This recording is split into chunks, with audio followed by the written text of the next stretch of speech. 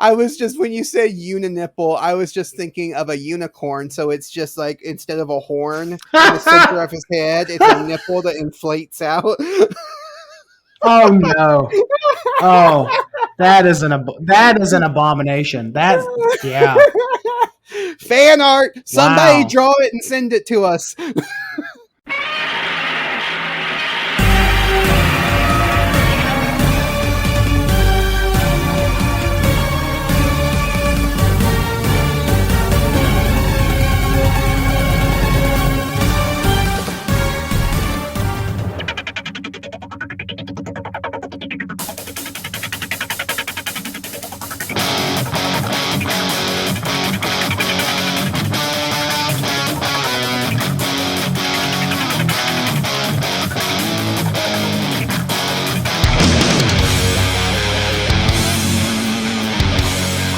Live from the KIJU studios in beautiful Ogasawara, this is Kaiju Weekly, episode 80, and the Monster Island Film Vault, bonus episode 8.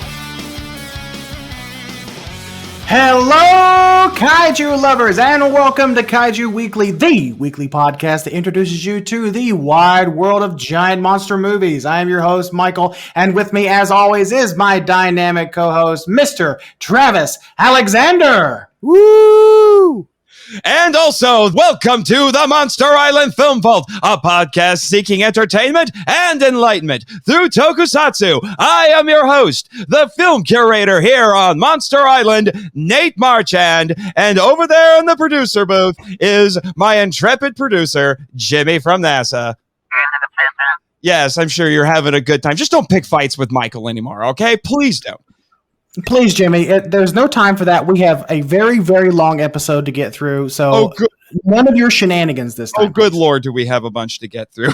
Yes, and to explain what is going on in this episode, we have decided to join forces between our two podcasts and kind of merge them together, Amalgam Comics style, into one super podcast. And so because of that, we've got a very confusing setup here with having two different podcasts trying to merge into one. It's almost like we planned this to be super confusing, since the show we are talking about in this episode is super confusing. I feel like there's going to be a lot of technobabble in this episode, and not just about the topic. Yeah, well, that's all thanks to Jimmy, Mr. NASA boy over there. I mean, he was... when we were watching today's main subject, he was reveling in all of the science. I'm sure he was. Yeah. I'm sure he was. Quick question, Nathan, while I'm thinking about it. How's Jet? He didn't look so good at the end of all that.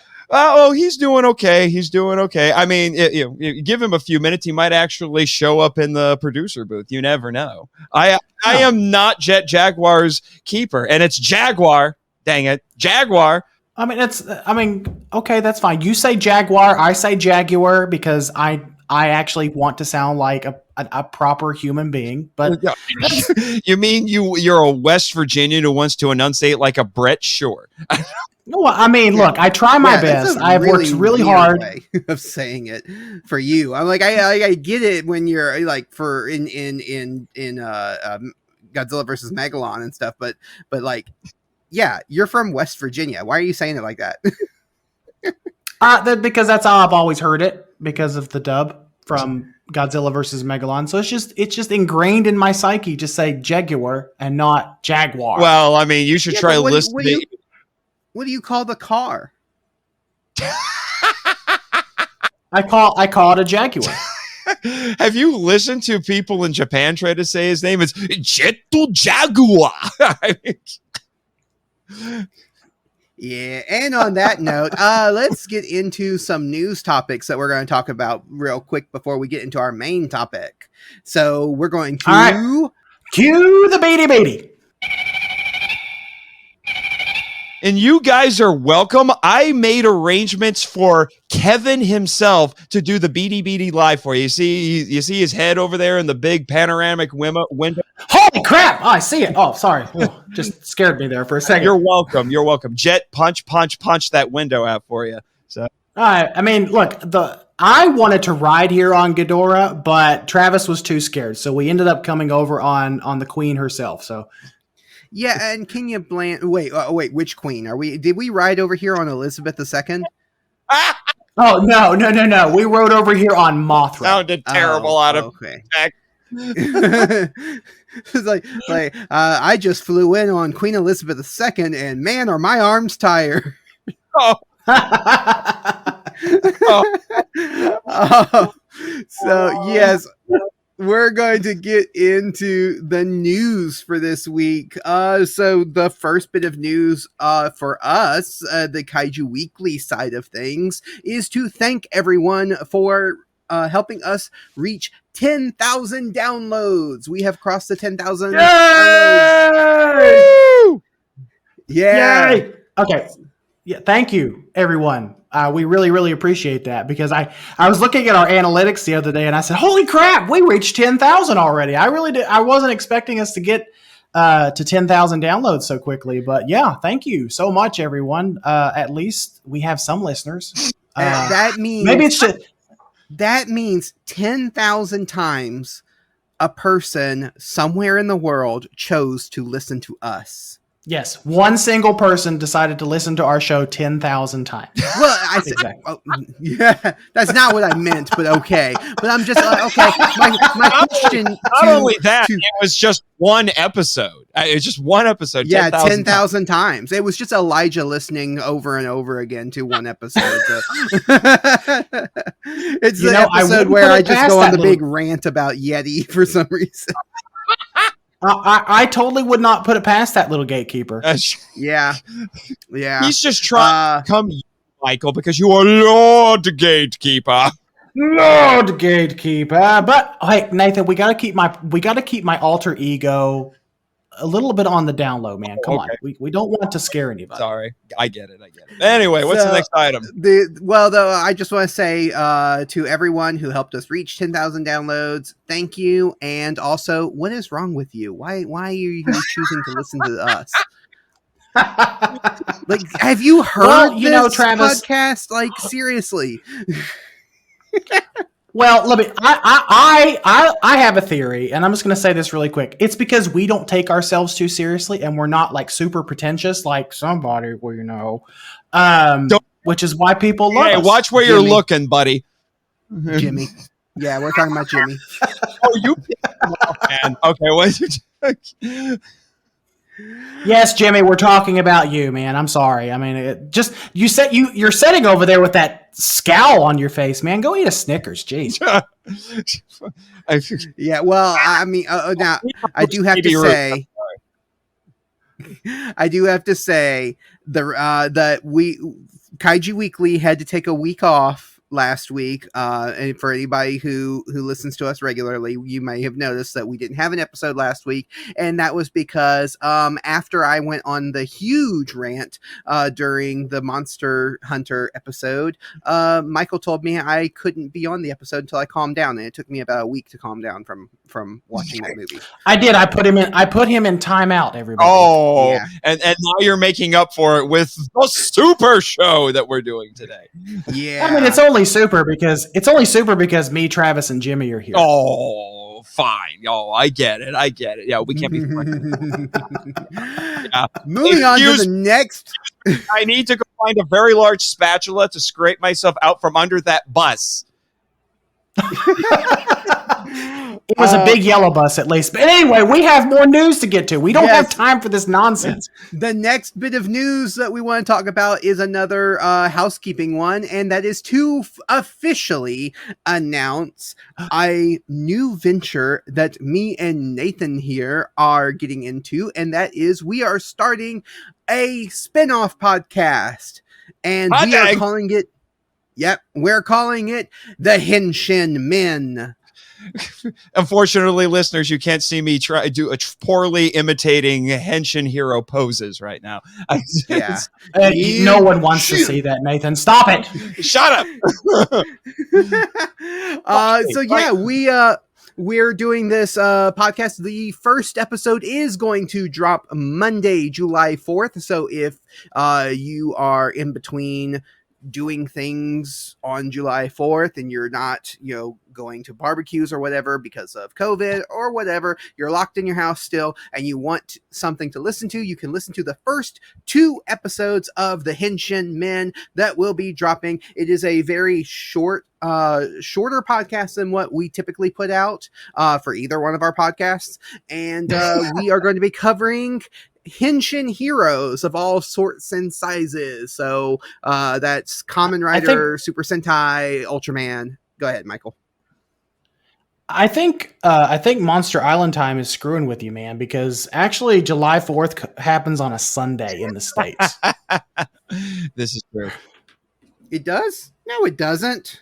Yes, it does. July 4th is on a Sunday. I think the flight over kind of messed with you a little bit. It sure did. July 4th is on a Sunday. Okay, Monday, July 5th is when Henshin Men is dropping. Okay, sorry.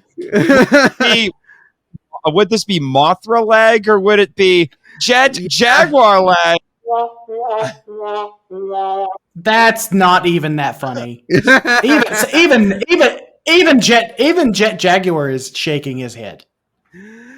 Sorry. July 5th is when the first 2 episodes of the Henshin Men are dropping, and we are, for the first whole season of our show, going to be talking exclusively about Kamen Rider, the first Kamen Rider from 1973. So it's essentially just going to be a Kamen Rider podcast, is what I'm hearing. Essentially. If I could get away with just doing Kamen Rider, I would do that. The only reason we're not doing only Kamen Rider is because Nathan threw a fit.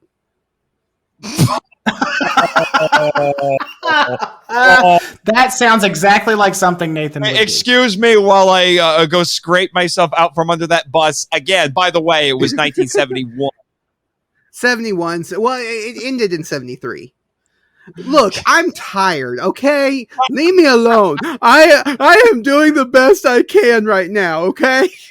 Obviously there were no snacks on the flight over because there weren't even seats. We had to hang on for dear life to Mothra's fur. So, but she's all fluffy and soft and and she kind of smells funny too. My allergies were bothering me so bad when we got here. Okay, fine. I'll tell my pseudo sister to go say something to her. Okay, because they got a thing. So okay, she's a bath. Yeah.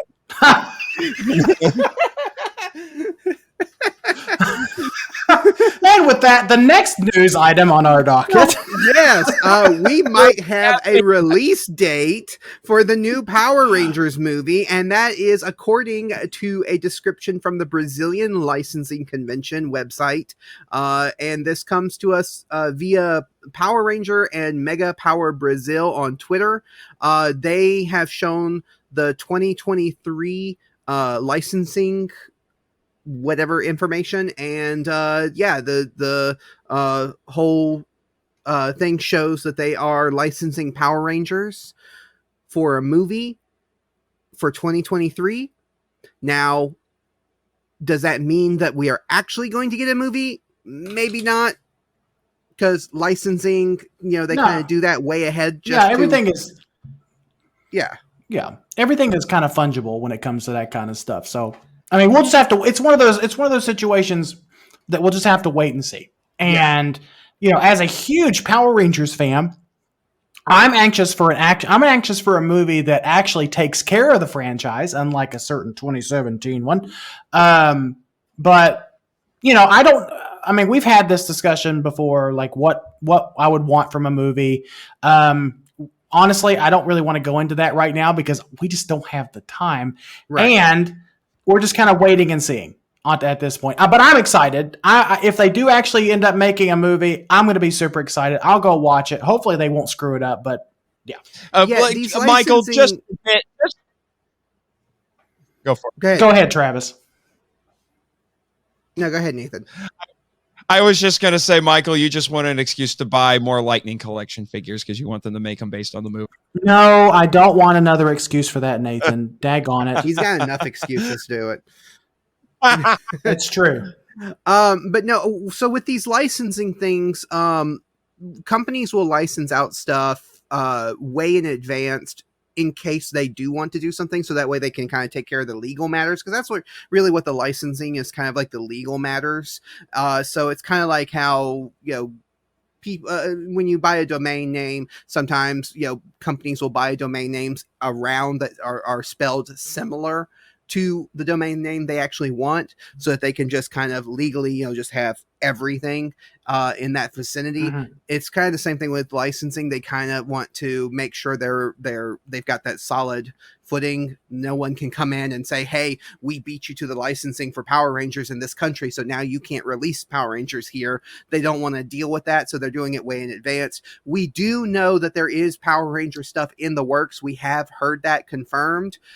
We don't know exactly when it's coming. This date just kind of like gives us some hope that maybe it's sooner rather than later.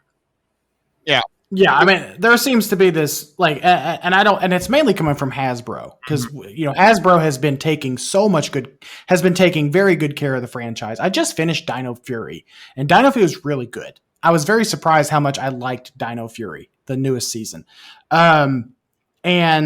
we've been getting so much Power Rangers stuff lately. It seems like there's just been this big resurgence of not just Hasbro, but other little companies like Super 7 and some others that are getting all of this Power Rangers merch. So, there's still a fan base out for this, especially there's still a big fan base for the original MMPR. So hopefully, there's not much else to say here except for I'm looking forward to it. I really hope that it happens. Yeah, although I will admit, 2023 would require a really fast turnaround, and especially as Hollywood blockbusters go. So unless they've already been working on some stuff and kind of have some preliminary items out of the way, 2 years is fast. Well, like I said, we have had news that they are working on something. Like they had a writer, they had a person in charge of kind of organizing everything for them in the Power Rangers, as far as the Power Rangers franchise is concerned. So we know they are working on stuff. So maybe they're further along than what we think on this. Maybe. So anyway, like I said, it just gives us hope that it's going to be sooner rather than later, because I'd rather a Power Rangers movie come out in the next 2 years rather than 10 years. So.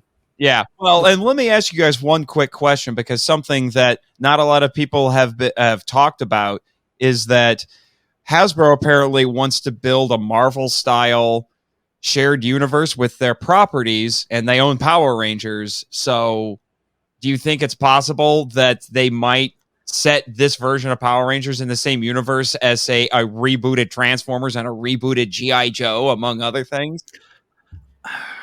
If they do, I would be okay with it if it's like completely rebooted, not any of the Transformers or G.I. Joe that we have. The only reason that I don't think they're going that route is because we're getting stuff. We've got the new Snake Eyes movie that's coming out, and that doesn't feel like it's going to be tied into anything really. It seems like so I don't know. It just doesn't feel like that's the direction they're going with the films that are being released. But I have been hearing that, and that's been a rumor that's been around since they first started doing Transformers movies back in 2006. Yeah, and there's also the new Transformers movie that's coming out too. Yeah. What is it called? Something the Beast. Rise of the Beast, or Rise of the Beast. Yeah. Okay, so it's going to be based on Beast. I'm assuming Beast Wars. Right, yeah. And that's the animated one. That's a continuation from the Transformers series that we've already had on Netflix, right? Mm-hmm. Yeah. War for Cybertron, is that the one you're talking about? The last entry in that series is going to have the Beast Wars characters, but I don't. Right, the movie is going to be a continuation of it. I don't think so either. I think the series is called Transformers War for Cybertron Kingdom. Yeah. But I don't think that series is going to have anything to do with this movie, though. I mean, it may. I don't know, because we don't really know a whole lot, though. Yeah. All they've really done is I connected those together as being the same. And a logo. Huh. Okay. Well, yeah. If they are doing new, see, that's the thing. I would love if Hasbro did a crossover that it was in an animated form, like they did the War for Cybertron kind of style of animation, and they brought in GI Joe characters, and they brought in Power Rangers, and they brought in was it BattleBots or not BattleBots whatever the other stuff that they have, and Micronauts and. Micronauts, yeah. Mm-hmm. Yeah. Can you imagine how epic Rom the Space Knight? Yeah. Can you imagine how epic it would be to have a movie where Devastator fights the Megazord? That would be amazing. That would be amazing. Yeah. And I mean, and it is the crossovers that they've done of G.I. Joe and Transformers in the comic books have always done pretty well because they've done it multiple times. And they are a lot of fun. I always love reading the crossovers that they do. But yeah, I would love to see some of that. But I just think that in an animated form, you would have more freedom. So I don't know. It is interesting, and it was something that's been rumored for a long time. And it's something, and I'll end on this. And it's something. It would be interesting. An animated movie would be interesting because that's something that Power Rangers has never had. There was that. I think there was supposed to be an animated series a few years ago, but it never got out of concept and not. I think it never got past the trailer, if I'm not mistaken. And then it just kind of faded off. It was going to be like I think it was going to be computer. It was going to be CGI animation. And then there's a trailer for it on YouTube, but that's it. And I think it would be really interesting to see the Power Rangers franchise go to animation and what that would look like, because I think you're right, Travis. There would be a lot more freedom there. Yeah, that's something. And then you could get some classic. Yeah, you get some classic Rangers coming back to do voices, because like it doesn't matter how old they are now, that they can do the voices of their characters and stuff. Yeah, it'd be awesome. So moving on to the next bit of news, we have a trailer for Ultraman Trigger, the new Ultraman series, and an official release date, which is July 10th. So how are you guys feeling about Ultraman Trigger? I'm really excited for it. I think it's going to be great. Super happy that they're going to release it on YouTube like they did with Zet. Yes. And it just looks like a lot of fun. Yeah, they're continuing that model, and they will be subtitled for all of that. So yeah, everybody across the world will be able to do it. Will be able to see it, I should say. And although I'm really surprised that Subaraya waited as long as they did before they actually said that that's what they were going to do, because they had ingratiated themselves so much to the international fan base, but with what they did with Ultraman Z. So I'm just like, why stop a good thing? You know? Right. Yeah. I don't think anybody they're doing was, it. Yeah, I don't think anybody was doubting that they would, because like you said, it was so successful with Zet. But yeah, we didn't know for a long time. And so it was kind of this question of like, are they planning on doing it? Or are they going to go back to just releasing it in Japan? And then we have to wait, a year or so or more before we get to see it. So it's good that we are going to get a chance to see it. I was telling you guys before the podcast that I saw a screenshot from the Ultraman Trigger that shows that they're bringing back Haruki, who's the host of Ultraman Zet. He's coming back for this series, and he's going to be more seasoned and not be the new guy on the block. Yeah, but you're still secretly hoping for Juggler. We get it. I'm still secretly hoping for Juggler. When I heard that Haruki was coming back, I'm like, oh, that opens the door. Juggler comes back. Yes. Okay. I just want Juggler to have his own series. Like, seriously, don't give me Ultraman, just give me Juggler.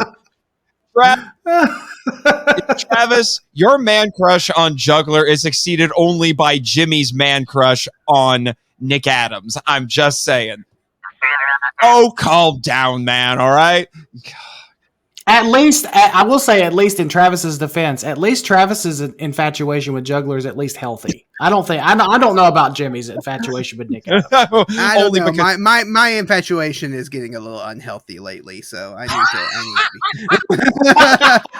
to Congratulations. You've taken the first step towards solving the problem by admitting you have one. Welcome to Juggler. No, I am nothing if not self-aware.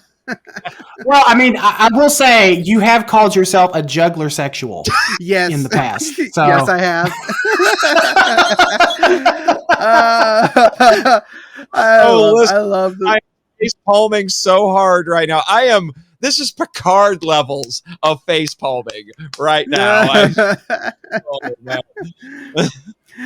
And speaking of Ultraman, our final bit of news is that Mill Creek has finished off the Showa era of Ultraman with the release of Ultraman 80.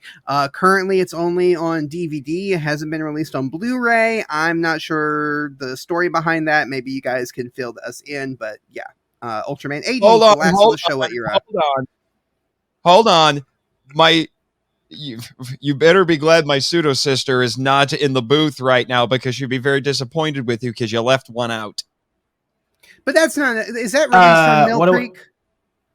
Yes. No. Yes, that is from Mill Creek. But you only mentioned Ultraman. You forgot Ultraman, the anime. They're releasing that too. Well, on the same. I did see that was getting released too, but I did not look to see if that was actually from Mill Creek or if it was from a different company, because I didn't know Mill Creek actually had the rights to that, so I didn't know that was coming from Mill Creek. Mm-hmm. Yeah. Mm-hmm. Now, to explain why it's DVD instead of Blu-ray, shout out to Elijah for finding this out for us. Basically, it boils down to the fact that neither of these series have been released on Blu-ray yet in Japan.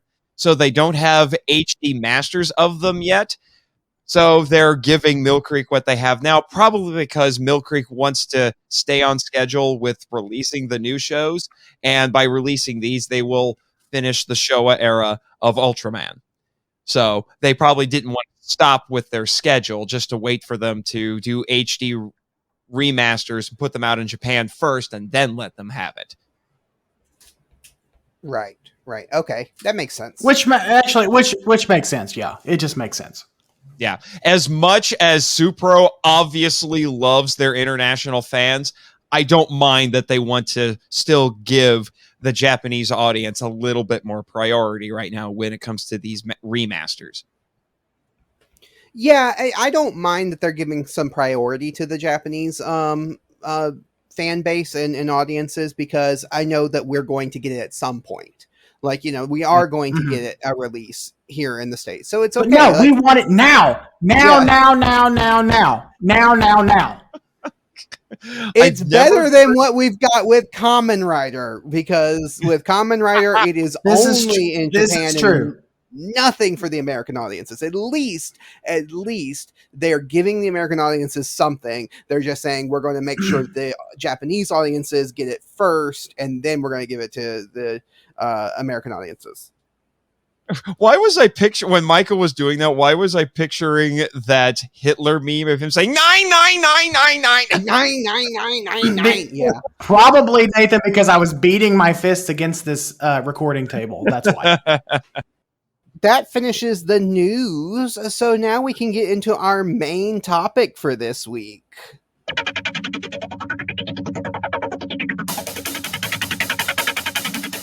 And to get into the main topic, we always ask a trivia question on Kaiju Weekly. And the trivia question that we have was given to us from Nathan, Monster Island Film Vault Marchand himself. And the trivia question is, what kaiju anime series features creatures designed by Studio Ghibli animator Eiji Yamamori? And we had a lot of fantastic answers, a lot of funny answers, and those are my favorites to read out. Of course. Those are my favorites to read out too, because it's, so it's just boring to give the correct answer. You say that people can give right answers or whatever, but you've basically trained your audience at this point to give you joke answers. I know. It's beautiful. It's gorgeous. Like the rat in the maze that when they press the button, they get cheese, and when they press the other button, they get an electric shock. We have just like trained our audience. Or what's the not Yeah, Pavlov's dogs. We've just trained them that when we ask a trivia question, they give us like a funny answer, a dumb answer, a silly answer. Hang on. Disclaimer: we do not condone or endorse shocking your audience. Just saying. Not literally, anyway. I mean, we have Travis them a lot. He's a juggler sexual, probably. I think that shocked the audience a little bit. So getting into the answers, we have the No Gods, No Monsters podcast. They sent us in My Neighbor Totoro, which is fantastic. It definitely works better written down because you can see it's Toho-ro. But yeah, I love that. I love that a lot of these are plays on either anime or Studio Ghibli movies specifically, and that's just so great. That means I will probably get none of the jokes. What, do you get that one? Deprived child. No, it's a play on My Neighbor Totoro. I don't know what that is. Oh, okay. Next time we have some free time, all of us needs to get together and watch My Neighbor Totoro. It is my favorite Studio Ghibli movie. It is, and it's on HBO Max. All of them are on HBO Max right now, so we're gonna watch it. It is so good. Totoro.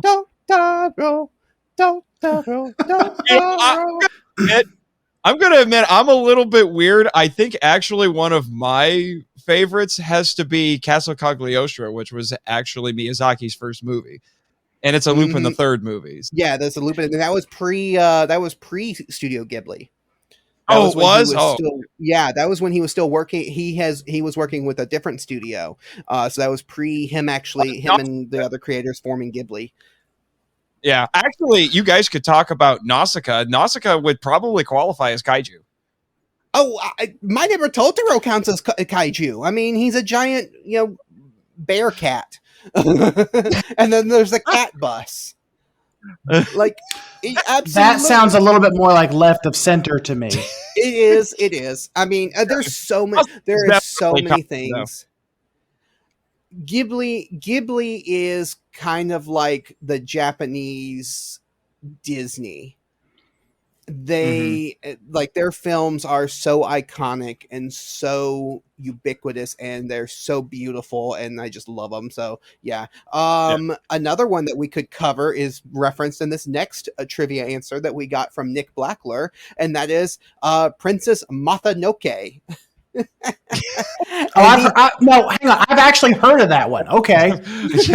Princess Mononoke. This one, my pseudo sister Jessica loved this one. Yeah, and is that the hang on? Is that the one with the giant white wolf? Is that the one? Yes. Yeah. Okay. And the dub was voiced by Gillian Anderson. Mm-hmm. Yep.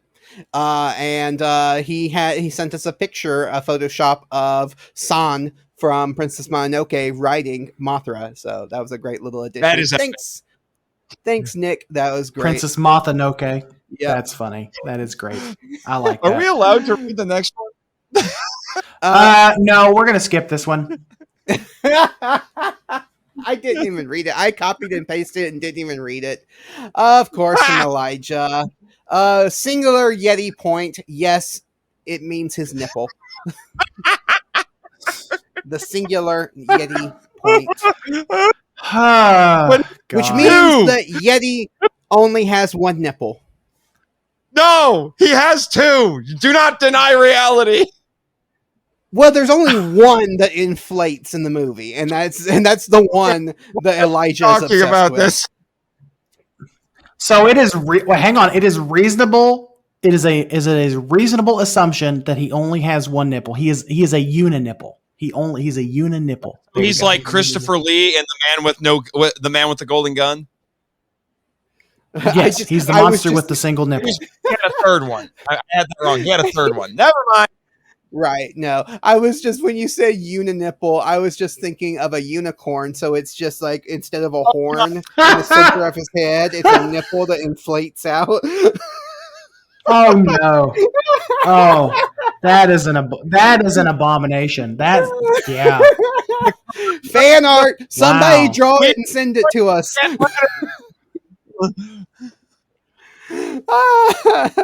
Kaiju Kim sent us Attack on Technobabble. That's a great one, Kim. I didn't see that one last I checked. That's a good one. Yeah. It really plays into, because I have watched 3 seasons of Attack on Titan fairly recently, and I watched them in a very short amount of time, and I don't think the human brain is meant to handle that much sadness and sorrow.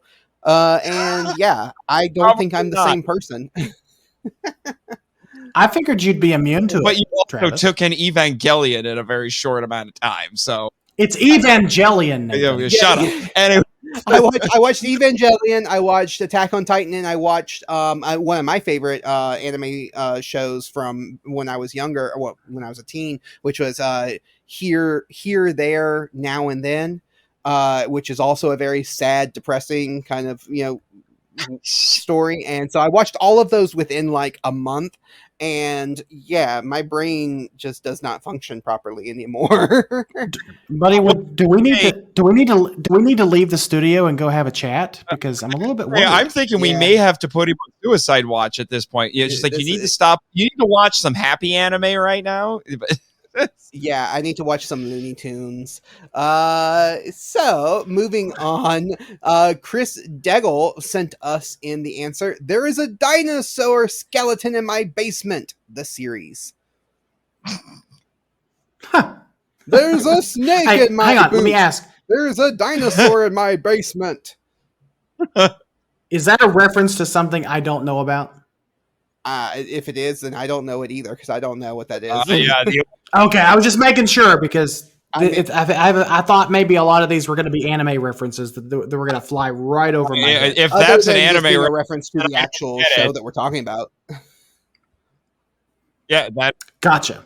Otherwise, yeah, it sounded a bit like Toy Story, but okay. Yeah, it did to me too. Godzilla's singular idol in my basement is Alex Sperling's answer. Thank you, Alex, for sending that in. And then Danny from the Godzilla Novelization Project sent us Pero Tood Away, which is a reference to another Studio Ghibli, which is Spirited Away. Spirited Away. I know that one. Yeah, he knows things. I actually saw that in the movie theater, so that was fun. Yeah, that was one of the few that got an American theatrical release. Very few Ghibli films have actually had a theatrical release. Actually, well, I say that, but then I can think of quite a few of them, so never mind. There's been a few. Anyway, speaking of depressing, oh man, Grave of the Fireflies. Oh, good Studio Lord. Ghibli's one of Studio Ghibli's first films, and it's so beautiful, but so depressing. Anyway, Henry, the host, sent us a GIF of Godzilla Ultra from Godzilla Singular Point. So It's Ultima. Okay. Ultra, whatever. Yeah. Ultra Magnus Godzilla. Ultra Magnus. Ultra Magnum Godzilla. Ultra Magnum Godzilla. Mm-hmm. Anyway, Madison Russell sent us a GIF of a weatherman and Godzilla sneaking up behind him. So I don't know what that's about. But thank you. And showing us a hurricane. So yeah, it's the eye of the storm, the eye of the singular point. I'm glad you are making more sense of that than me. I'm too tired. Yes. And then, of course, last but not least, Crystal Lady Jessica, who sent us Spirited Away by Mothra. Of course. Which me and Michael was to be able to get here to the island. Yes. Yes. She apparently predicted how you would get to the island. I'm still coughing up glitter. She looked into the future and saw the answer before the question. Ooh. Oh, I didn't realize she had that superpower. Ooh. The answer was 7 and 11. Yeah. How was your giant fountain drink? Your super fountain drink? Was that? It was delicious, and it gave me brain freeze. And probably diabetes. No, it's diabetes. I said diabetes. Okay, they said diabetes. It's diabetes. I got the diabetes. So, getting into our main topic, we are talking about Godzilla Singular Point, which was released on Netflix in the United States just this week. And we're going to have a plot breakdown from Michael. Okay, so there was this guy and this other guy, and they're scientists, and they go and they read a book. And at the same time, this chick is looking at her computer, and she's super smart, and she's eating ramen while looking at her computer, and she gets an idea, and then she goes and meets this other chick who's really, really smart, and they figure out that the world's going to end, and then Godzilla shows up, but it's not really Godzilla, it's actually Titanosaurus, and then everyone thinks that it's Godzilla, but it's not really Godzilla, and then another creature shows up that they think is Godzilla, and it's not really Godzilla, it's actually Varan, and then that creature goes away, and then another creature shows up, and everyone thinks it's Godzilla again. I mean, come on, guys. And it's not really Godzilla. It's actually Gorosaurus. And then while all this madness is happening, you've got a flock of Rodans off having tea somewhere around the world. You know, they're just kind of like they're venturing out throughout the world, seeing the sights. They saw the Statue of Liberty. They probably pooped on it. I mean, it was crazy. And then all of a sudden the actual Godzilla shows up, and him and Jaguar get into a fight, and something happens, and all kinds of crystals just shoot up out of the ground. It was kind of weird. And then some music plays, and it was really funky, and it made me cry because regardless of what Nathan tries to say, I actually do have a heart. And then we get a preview of another doppelganger at the end of the show.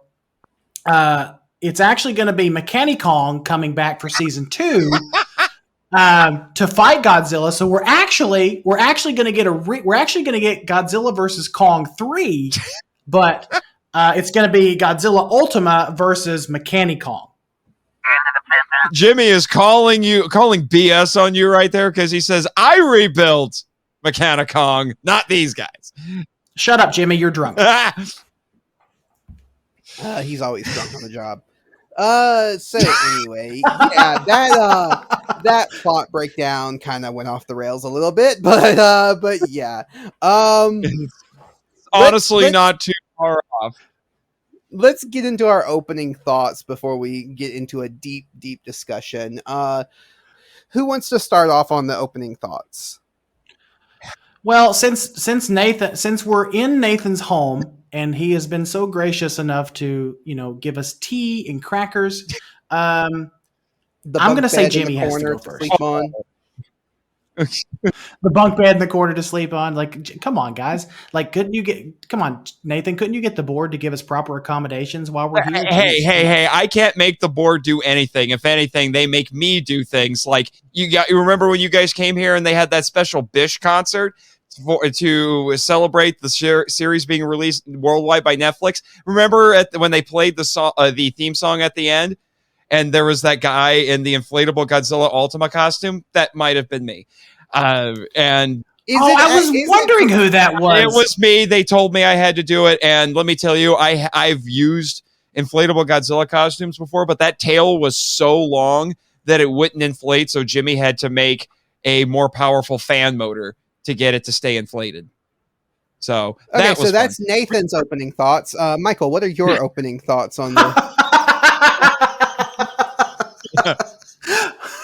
My opening thoughts are, okay, so when this anime was first announced, I was very skeptical, and I was like, this, we've already seen a Godzilla anime before. It wasn't very good. I didn't like it. Yeah, we hate anime. Thanks, Elijah. Moving on. Anyway, no, I'm better than Elijah. But hang on, Nathan. Hang on. But so after watching it, I actually started watching it online along with the rest of with everybody else. I watched the fan subs, and I started to really, really enjoy it, and it actually exceeded my expectations. It was a lot darker than what I was expecting. but there were some moments. I will say that I do agree with some of the criticisms of Singular Point, that it is very hard to understand in some points, but sometimes you just got to go with it and let it take you where it's going to take you. So overall, I really enjoyed my time with Singular Point. Nathan, I'll let you do your. Okay. I was, despite the fact that it actually was being shown here, each individual episode on Monster Island, I decided to be a good boy and wait to watch it with the rest of the world, and then I binged it. And let me tell you, I had already been hearing some rumblings, both good and bad, for the show. But the people who liked it were hyping it pretty hard. So I'm like, okay, I'm going into this. I had somewhat high expectations. And much like you, Michael, I was surprised how good it was, at least for me. I really enjoyed this. Wait, hang on. So you didn't watch it as it was coming out? Are you trying to tell us that you're not a real fan? Yeah. Because you didn't watch it in real time with everybody? Fan. We get it. You're not a true fan? You are the true fan in this room. Are you happy? Yeah, because I've been very open about the fact that I watched the first episode when online using a VPN, but I did not watch any more because I wanted to wait till the whole series came out and I could watch it all in one sitting. Although I ended up doing it in 2 sittings, but it was pretty much in one sitting. And yeah, so yeah, you're the only one that actually followed along week to week. And I have to say, I might have been better off waiting. I might have actually been better off watching it week to week instead of all in one chunk, because I had a hard time following what was going on. And it wasn't the techno babble or the sciencey stuff like that. I just let it wash over me. I watch Star Trek. I watch Ghost in the Shell. I watch stuff like that. That stuff, I just let it wash over me. It's fine. That doesn't bother me. Right. But I was struggling to follow the actual like show and what was happening in the show and in the scenes, not just what was being said. I posted my initial thoughts on Twitter. It's a thing that exists. It certainly has Godzilla in it sometimes. And that's kind of my opening thought. If you count all 4 forms of Godzilla throughout his evolution, I mean, he's in it a bit. He's in it a lot more than what people want to say. But I guess if you're only going by Godzilla Ultima, the final form, he's only in episodes 10, 11. I don't even think he's much. Well, he's a little bit in 12, and then he's only in like 4 episodes. Or he's only in like 4 episodes. But even then, he doesn't show up until the end of episode 3. Right, because that's the clip when they show him swimming. Mm-hmm. Right, yeah, and it's only a small brief moment when he's on screen because they play his theme. Mm-hmm. Right, yeah. So I think instead of getting into likes and dislikes like we usually do, I kind of wanted to break this show down because there's so much going on in the show. I wanted to break it down into 4 parts. So I want to talk about the characters, I want to talk about the storytelling, I want to talk about the themes, and I want to talk about the aesthetics. So starting with the characters, what do you guys think of? I know what Nathan thinks of one of the characters. What do we think of the characters in this show? I like the characters. There are I'll say that my favorite character was actually Goro, the old man. I identified a lot with the old man. Okay, absolutely. Boomer. The old cranky guy. I liked the old cranky guy. Yeah, because I'm an old cranky guy at heart. That's why I think I like him so much. He actually had one of the best lines I thought in the whole show, because I actually wrote it down, which is, well, if you watch the dub anyway, which is, he says, I put the ooh in cool. Yeah, that was a good one.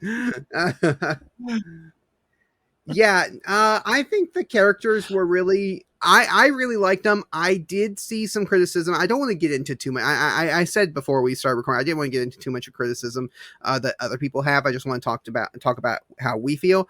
But one point that somebody did bring out in one of their reviews, somebody's review that I read today, and I think it's a good point, and that's why I want to bring it up. The characters, while really fun, they don't seem to do much other than express exposition. Like that's kind of like the main thing for most of the characters in this is just to talk the techno babble. I disagree with that. Yeah, there's a lot of techno babble, but the whole premise of the show, because this is not an action series, these are characters who are trying to unravel a mystery, which by nature involves a lot of investigation and talking things out and then saying, oh, wait, I figured something out. This is what this means now. You know, and they're still doing things. They're going to different locations and they're fixing Jet Jaguar and they're doing stuff other than expositing. Yeah, they don't, but they don't. To Travis's point though, and the writer's point, they don't get involved a whole lot except for except for the penultimate and the finale. They don't get in, like, they don't get hands on very much. Right. And I think that's where I kind of feel, and also the fact that when it does come to the hands-on stuff, it tends to lean towards Jet Jaguar doing stuff, Pero 2 doing stuff, but but the human characters, there just isn't as much interplay. Let me put it that way. There's not as much interplay between the characters as what I would have liked. Like, you have a lot of... Yeah, there's two... Well, the thing that's interesting there is we actually, our four main cast members don't meet each other until the final episode, and it's at the end of the final episode. That's something I thought was really interesting. Now, they communicate with each other, but they don't actually meet until the end of the series. Right. Yeah, because there's a lot... I mean... There's two different plots. There's two different plot lines leading to the same thing. They're both trying to figure out the same mystery, but they're doing it in different ways. And they don't, like you said, Nathan, they don't actually, the two teams, May and Pero 2, yeah. And Pero 2 and Yoon and Meathead's name, which I cannot think of what this guy's name is. His sidekick and Goro, and of course Goro, they don't actually meet each other till the end. Right. But they're all in this May, but they're all focused on the same goal. May and the Meathead meet earlier in the show. Oh, that's right. That's revealed that they knew each other. That's right. That's right. Because she rode with him on his moped. Right, and they knew each other. They knew each other from school. So yeah, those two interplay there. But like, I think it even goes further than just our main characters. I think like that's for Meathead. Okay. You get BB, the character BB, and his daughter, and there's really nothing going on there. Like, as far, like, you don't see a lot of, I mean, they interact with each other, but they don't really have a lot of like emotional kind of beats together. That's more just talking back and forth to each other about what's happening. And that's where I think it's just like, there was a lot of exposition in the show and not a lot of emotional beats. And I think that's where the show kind of lost me in some points. I mean, the show was, if we're talking like human emotion, the show was a little bit dry. Yeah. Yeah. But I don't know. But I don't know if that was the point of the series. Like I said, this is a mystery series. It's watching these characters try to.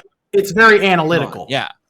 Yeah, but I still think there needs to be some kind of there has to be some kind of human emotion in it to latch onto. Now, it doesn't have to be the main focus of the show. I completely on the side of, this is a mystery and you got to solve the mystery. But even with the mystery, like, it feels like there's just, it's like Michael said, it's very dry, and it's dry to the point that they talk a lot about this one character who dies, and they keep saying it's her dying wish, and they keep saying that this was her dying wish. This is what her goal was. This is what she wanted before she died. And I had forgotten that she even died, because other than people saying she died, no one was reacting to her dying. No one was like having an emotional reaction to the fact that she died. And that just, it was so dry to the point of, I was losing interest in what the characters were doing a lot of times. Well, admittedly, there were characters who were being remarkably calm when crazy things were happening, but they were not necessarily characters you were meant to like either. Yeah, well, all of the characters seemed a lot calmer than what they should be in these situations. But as far as individuals are concerned, I'm talking about the interplay between the characters, it was kind of dry. But as far as individuals are concerned, the individual characters were very memorable. Like you said, Goro, Yoon, Mei, Bibi. All of these characters were so memorable. And even the robot characters, Jet Jaguar was very memorable. Pero, too, was very memorable. So I can't knock it too much, because they did a great job on making these characters stand out. And I even said this when I was talking to Elijah in private, was that, like, thematically and the show did remind me a lot of the anime trilogy, the Godzilla Earth anime trilogy. But the difference is the characters didn't make me want to jump off a cliff. Whereas the Godzilla Earth ones, they did. I hated all of the characters in the Godzilla Earth anime trilogy, whereas this, I actually liked them, and I wanted to see them succeed. Right. Okay, fine. You hinted at it already, Travis, but yes, May is my new waifu. Fight me, Danny, and I hope she gets hired to work here on Monster Island. Fine, there.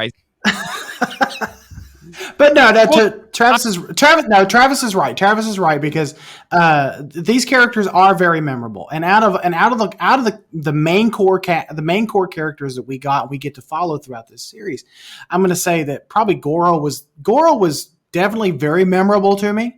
Yoon was a good character, and so was Mei, and so was, I guess, Pero too was adorable. That's a case where it's a mascot character, but it's a mascot character that's integral to the plot, as opposed to just being cutesy, kawaii eye candy, just plushies. But we also had Jung, which was the other AI that eventually gets installed into Jet Jaguar. So we have two AIs in the show. Mm-hmm. Yes, that's I think that was episode 7 where Jet Jaguar reboots himself. I didn't know you could do that, Jet, by the way. Reboots himself and basically just reverts to infant form. Okay. Which I have an idea about that. Baby Jet is creepy. Hearing Jet Jaguar with a baby voice say "Mommy, Mommy," it was the creepiest thing. That is a little bit creepy. It wasn't meant to be creepy. What? It was.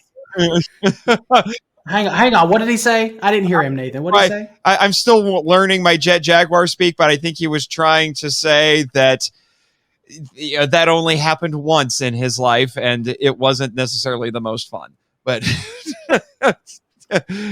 I thought he was getting ready to say, after many hours of therapy, that's where we ended up. Okay. There was probably that too. But I actually have a theory about why that happens, because with the techno-babbly stuff that's going on, with the idea being that basically they are trying to solve a puzzle that was sent to them from the future, but they can't solve the puzzle until they already have the answer, and then they kind of have to work backwards. So I kind of think that that's kind of what happened with Jet, because basically they were doing a massive software upgrade on Jet to make him super smart and invincible.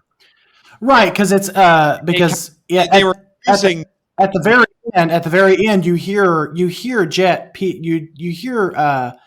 Jet Jaguar PP say that he was reborn over and over and over again, and I imagine that's there when he says that he's referencing the I think what did Yoon say, it was on his 551st reboot or something like that. But I think the idea is that the base, because the very basics of what they were using was already sent from the future.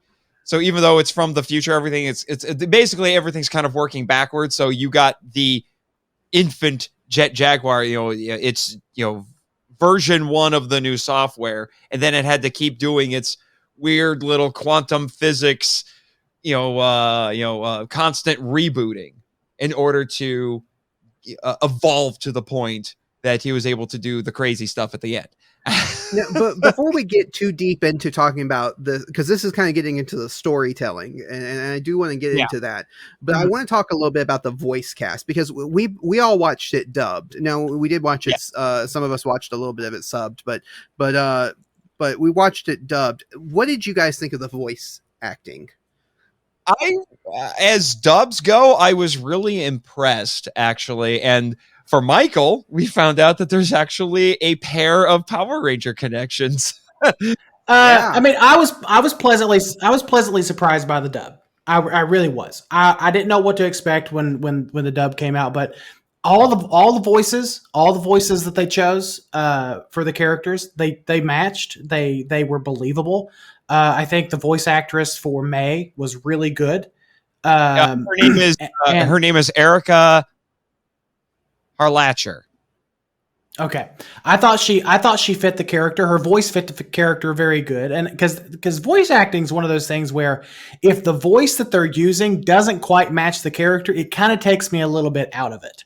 And I think they did a good job of choosing their voice actors. And yes, Nathan, there were some Power Ranger connections, because Johnny Young Bosch, the Zeo Green Ranger, and Turbo Green Ranger, and the Mighty Morphin Black Ranger was the voice for Yoon, and Barbara Goodson played Rita Repulsa, was the voice of Black-Eyed Evil Lady. With the Miller, with the dead eyes. Yeah, and Johnny Young Bosch is actually... Power Rangers is something he's really known for, but he's also really well known in the anime world for doing various characters in multiple animes. I would say the two he's probably best known for would be Vash the Stampede from Trigun and Ichigo from Bleach. He also did the Netflix dub for Evangelion. He did whatchamacallit, main guy. Oh no, he did he was the love interest that got shot. What was his name? Agent dude that with the goat with the like scruffiness and the ponytail. I'm trying to look it up because despite the fact that I love that anime, it's escaping me right now. Yeah, he was what's her name? Annoying Girl's keeper.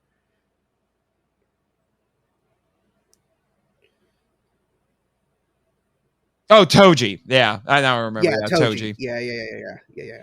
I can't remember names. One of the things I love about the voice cast in this show is that a lot of them are veteran anime actors. So if you are an anime fan and you listen to the dub, you will hear voices that you recognize from other things. Yeah, and I heard so many. I don't see him. Yeah, I don't see him credited, but he mostly just did a bunch of, I think they'll call it additional voices, so just random bit characters. But Bo Billingsley, I know that voice.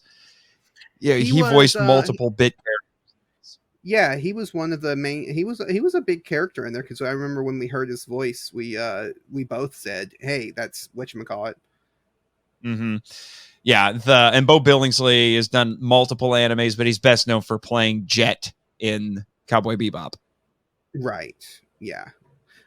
So we've got a lot of great voice actors. I think and I've heard, I don't know, because like I said, I didn't really watch I watched one episode of the subbed version, but I have heard from people who know Japanese and then turn around and watch the dub that the translation is really good here. So them translating all that techno babble and a lot of the stuff is really good. So I just kudos to them. They did a fantastic job on this series. Yeah, they did. And one of the things that I did see online, just kind of skimming around about this, is that Netflix actually dumbed down the dialogue, triple D, there to make it more palatable for audiences that watch the dub only. Really? Mm-hmm. They actually dumbed it down for audiences. I can see that. I can see that. I can definitely see that, because and we'll get into this. That's a good segue into storytelling, because I am a fan of kind of high concept sci-fi movies, TV shows, and anime. And I've mentioned it already, but one of the animes that I watched, like in my teens, when a lot of people were watching Evangelion, I was watching Ghost in the Shell. And Ghost in the Shell is full of the techno babble. Philosophizing. Trust me. Yes, and it melts your brain, because they are just constantly, and it makes sense in that show. And I always say that whenever I introduce that show, well, it was a movie first, then the show, but the standalone complex and everything. Whenever I introduce that to someone and they get kind of like their head starts to melt because of the technobabble, I always remind them, like, this is set in the distant future. And it is set in a time when humans are upgrading themselves using technology. So it's just kind of understood that humans are on a level of thinking and processing information that we're not at. And so it makes sense for the way they talk, the way they express themselves, the way that they just interact with the world. It's on a different level. In this show, it made sense to a certain level, because all of these people are scientists and engineers, but also it just kind of like, I just was ignoring all the techno babble and was just along for the ride. But that's actually one of the things that I really liked about this, because in a lot of ways, this isn't what for most people they would consider a typical anime, because none of these characters are ridiculous superheroes or anything. These are not Gokus, and, or anything like that. They're, by all intents and purposes, regular people who just happen to be really smart.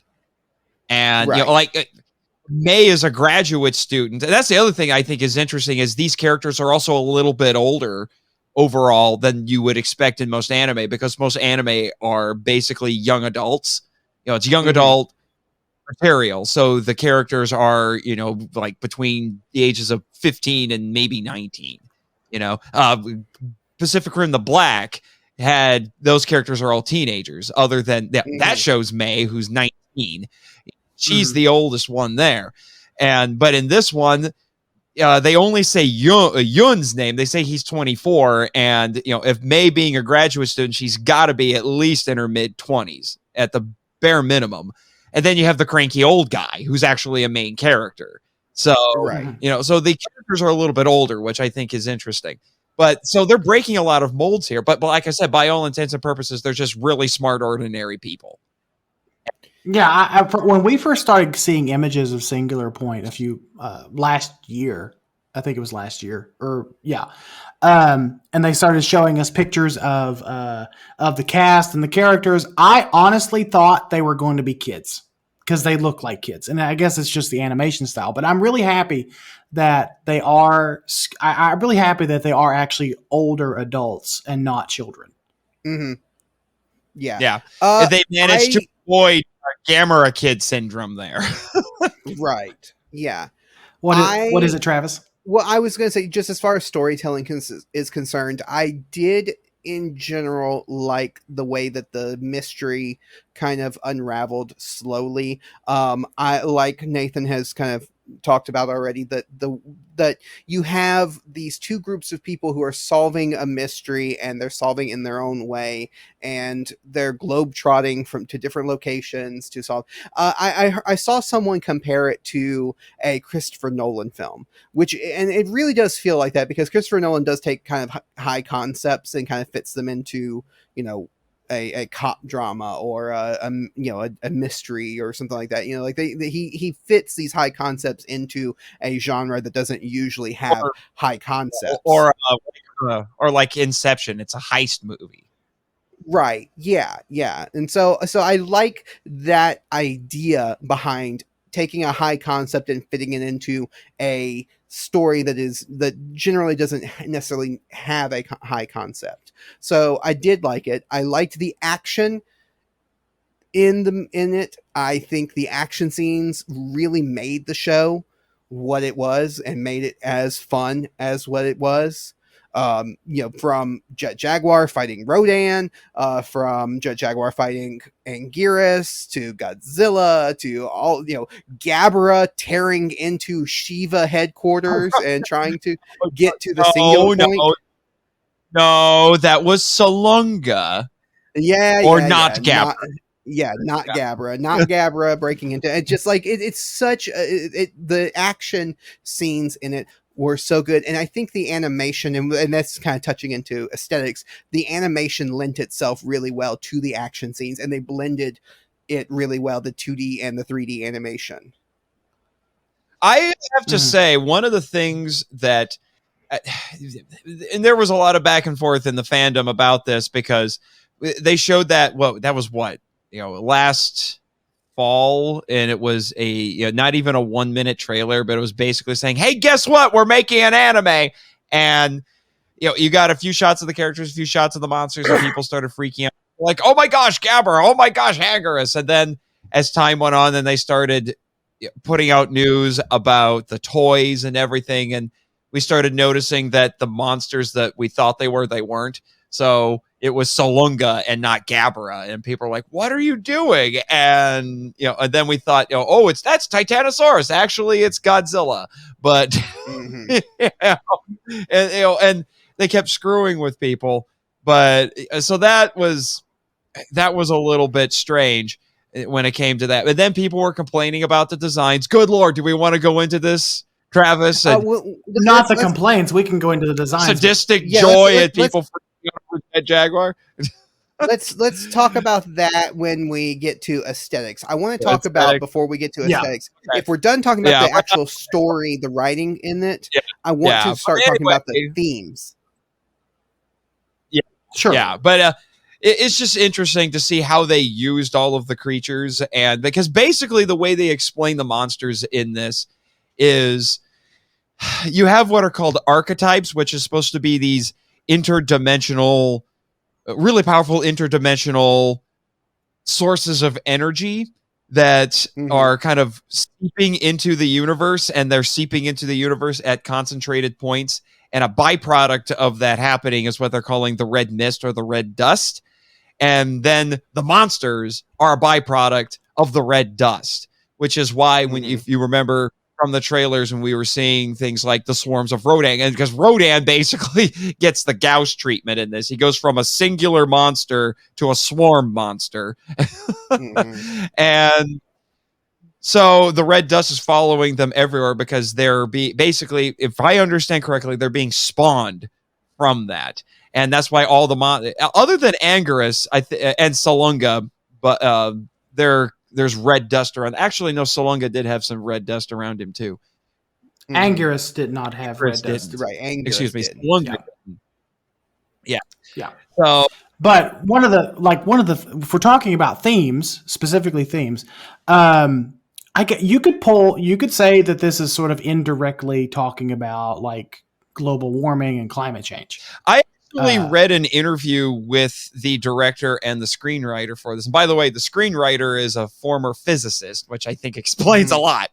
Yeah, and he actually said that, and he actually said one of the things he was trying to do with this is to take that core theme from the original Godzilla film, where back then it was about nuclear energy and nuclear testing, nuclear weapons, and was taking that kind of basic idea but doing it within something different. And in this case, talking about things like physics and how and quantum mechanics and how that affects everything.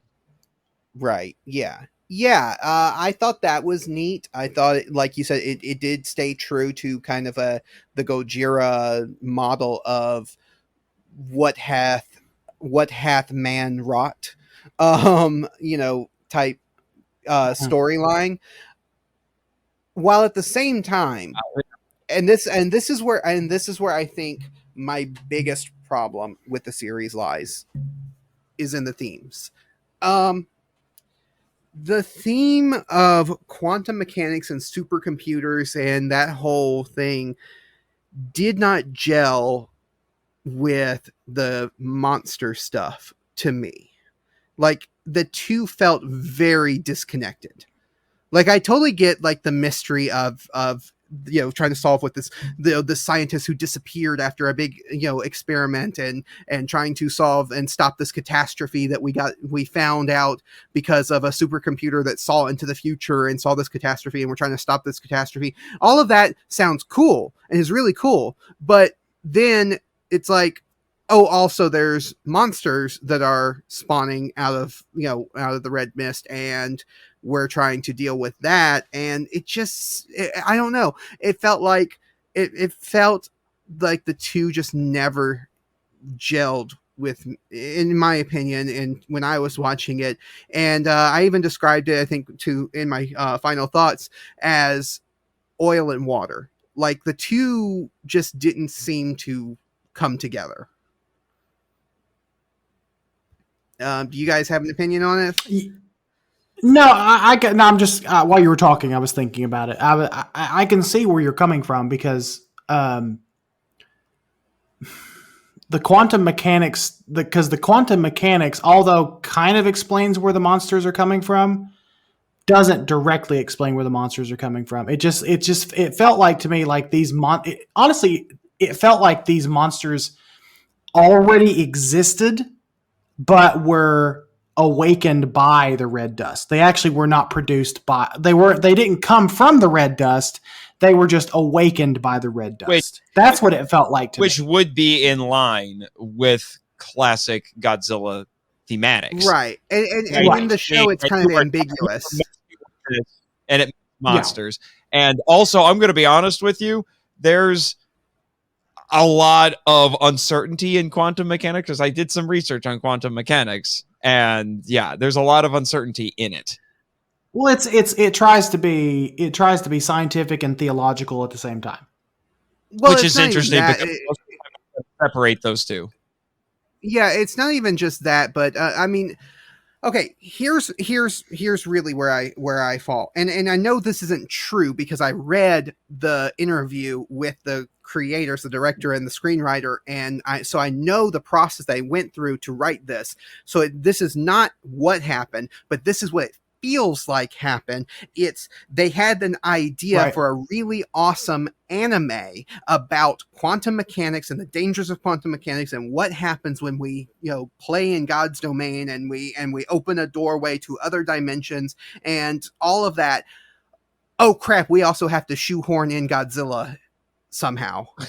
And so it felt so much like the monsters were an afterthought in this show. And I know that's kind of weird to say, because the monsters are like Rodan. Godzilla is in it, here and there, which is fine. But Rodan is in it so much, you wouldn't think that they would be an afterthought, but it feels like it. It feels like they didn't plan this to be a Godzilla series until the last minute, and suddenly they decided to shoehorn Godzilla in there, but they kept all of the stuff that they were planning from this really awesome anime. And so while I don't think the individual elements are bad, I love this type of anime. I love Godzilla. The two just don't blend well together to me. And I guess if I'm looking for a Godzilla series or a Godzilla movie or a Godzilla whatever, anything Godzilla related, I want it to be more streamlined and simplistic because I want Godzilla to shine more. Even if he's only in it for like 5 minutes out of the entire series, that's fine. I'm not here to say you have to have Godzilla in there through the entire series. You can only have him in there for 5 minutes. You can still make Godzilla shine. They didn't do that. Godzilla was just kind of there, and what shined was the science of this show. That's what shined. That's what you take away from it. That's the main thing people think of when they think of this. They're not thinking of Godzilla, and I think that's a shame for a Godzilla series. I would disagree with that. I do think about the monsters in this quite a bit. Well, that's only I get where Travis is coming from, because we think about the monsters because I'll be fair here. I came for the monsters. Everything else that I discovered and started to enjoy was simply because there were monsters in the anime. I'm gonna be brutally honest. Admittedly, the monsters are a big draw in this, and then when you actually get into it, it's this hard sci-fi, high concept anime, and so I can understand where there's a disconnect, and I've been saying this for a long time, that I expected when this thing dropped that it was not going to make everybody happy, and it would be somewhat divisive, because that's basically what any new Godzilla thing has been for about 20 years. Oh, yeah. No one has been mostly happy with any Godzilla media, I think, in terms of film and television, I think really honestly since GMK. And then it's just been either fluctuating or just going downhill from there. 2014 was highly divisive. King of the Monsters was highly divisive. Shin Godzilla. There's a lot of Shin Godzilla in this. Good Lord. And, that was divisive. Godzilla versus Kong was divisive. What really confuses me is the same people who complained 3 months ago that GVK was too dumb watch Singular Point and say it's too smart. So I'm just sitting here thinking that what do you people want? I'm gonna stop you there, because I don't want to get into criticisms of the fandom, because that is a rabbit trail. I am happy to have that conversation, just not today. I'm just right. And I don't want to get into what other people are saying. I want to focus on what we think. Yeah, I get it, which I get that, but I did not walk away feeling like that. I walked away very satisfying. I felt like everything in this was really compelling. I was very invested in the characters and them figuring out what is going on. And then when monsters appeared, it was really exciting.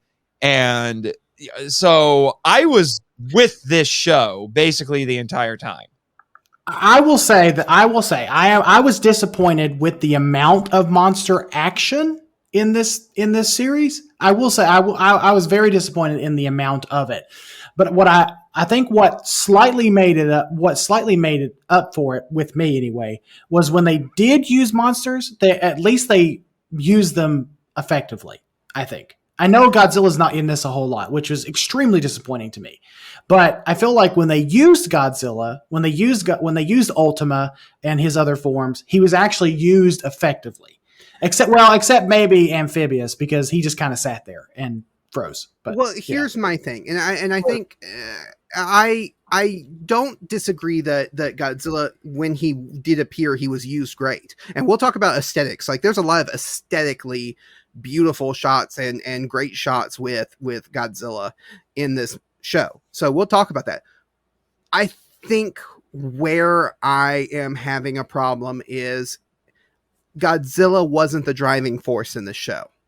Godzilla was there, and Godzilla had a presence, but he wasn't the driving force. The driving force was the singular points and the artifacts and all of the the sciencey stuff. That was the driving force. And we take as an example 2014. Now, 2014 has faults. I ain't going to worry about the faults. But talking about how Godzilla only appears for small amounts of time. He's not in it through the whole movie. But he's still the driving force. Like, Godzilla is the thing that moves the story along. He is the center of the story, whether he's there or not. When Godzilla's not on screen, Godzilla is not this driving force of this show. Godzilla is just a byproduct of something else that is driving the plot. And that is why I don't like it as a Godzilla show. I like it as an anime. I think it's a great anime. I think it's a great story. I don't think it's a good example of a Godzilla anime because Godzilla's not the driving force. And I just prefer Godzilla to be the driving force. And I think that's fair. I think that's fair. Let me ask you, Travis, just if Godzilla in his traditional Godzilla-y form showed up a lot earlier, do you think that that would have helped any at all? No. If he was more of a presence. It's not the amount of time that he's in it. I don't. That's the thing. I don't care if he's in it 5 minutes or 5 hours. I don't really care. It's the fact that he wasn't the focus. Okay. It's like, Godzilla's not the reason why we're here.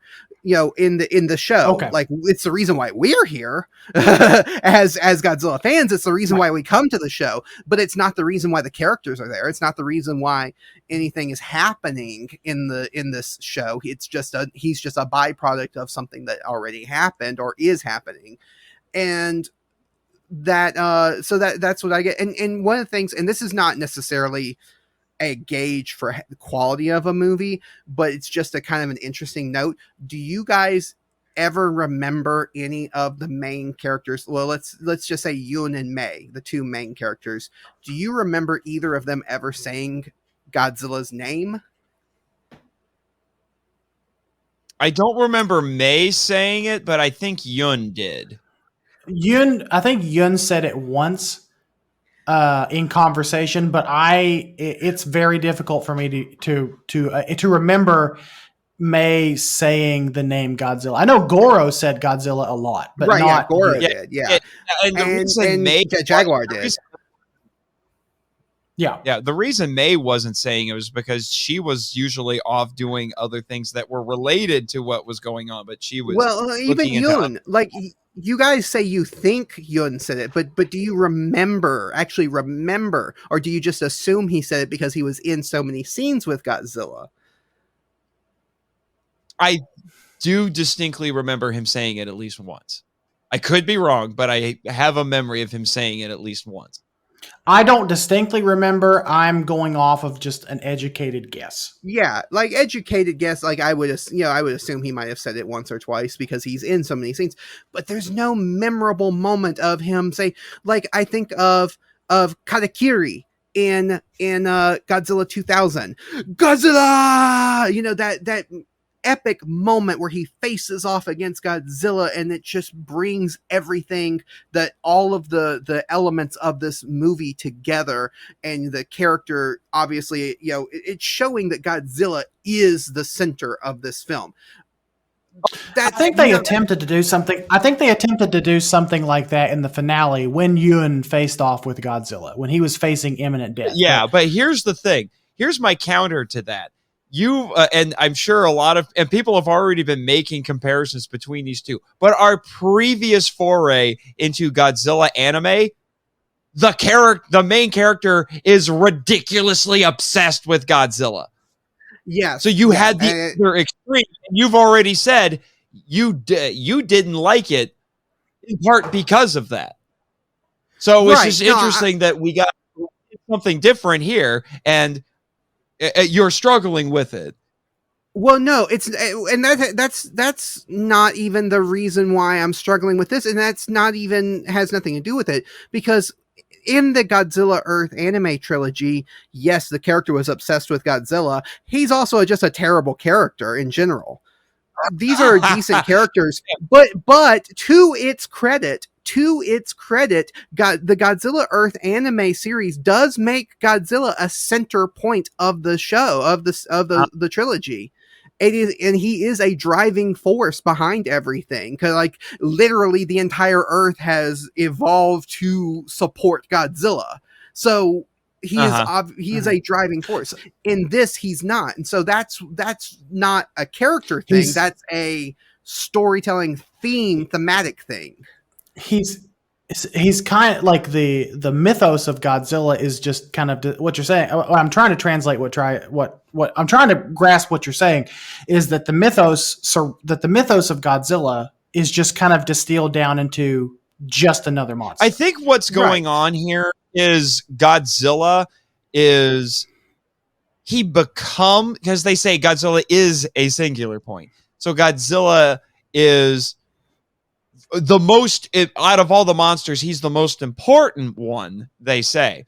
But basically what's going on is Godzilla is part of the larger crisis, the catastrophe. That was a word they used all the time in this show. The catastrophe that they're trying to avoid. And Godzilla is a focal point in that. And the rest of the monsters are byproducts of this. So Godzilla is the biggest part of the crisis that they're facing. So I think that seems to be what the issue is. The crisis they're facing is a driving force in this. It's just that Godzilla is only part of it. Apparently he's the biggest important part, but he's still only part of the crisis. He's the result of the crisis, not the cause of the crisis. Yeah. Right. And well, he's not even not even fully the result, because you got other monsters. Like I think, Michael, you hit the nail on the head when you said he's just another monster in this. And he is the biggest, and he is the strongest, and he is shown as being, somewhat more important than the others, but he is still just another monster in this group, in this series of monsters that's coming. But defeating Godzilla at the end with Jet Jaguar becomes the catalyst to averting the catastrophe. Godzilla. We think maybe the catastrophe because wasn't they were this all along.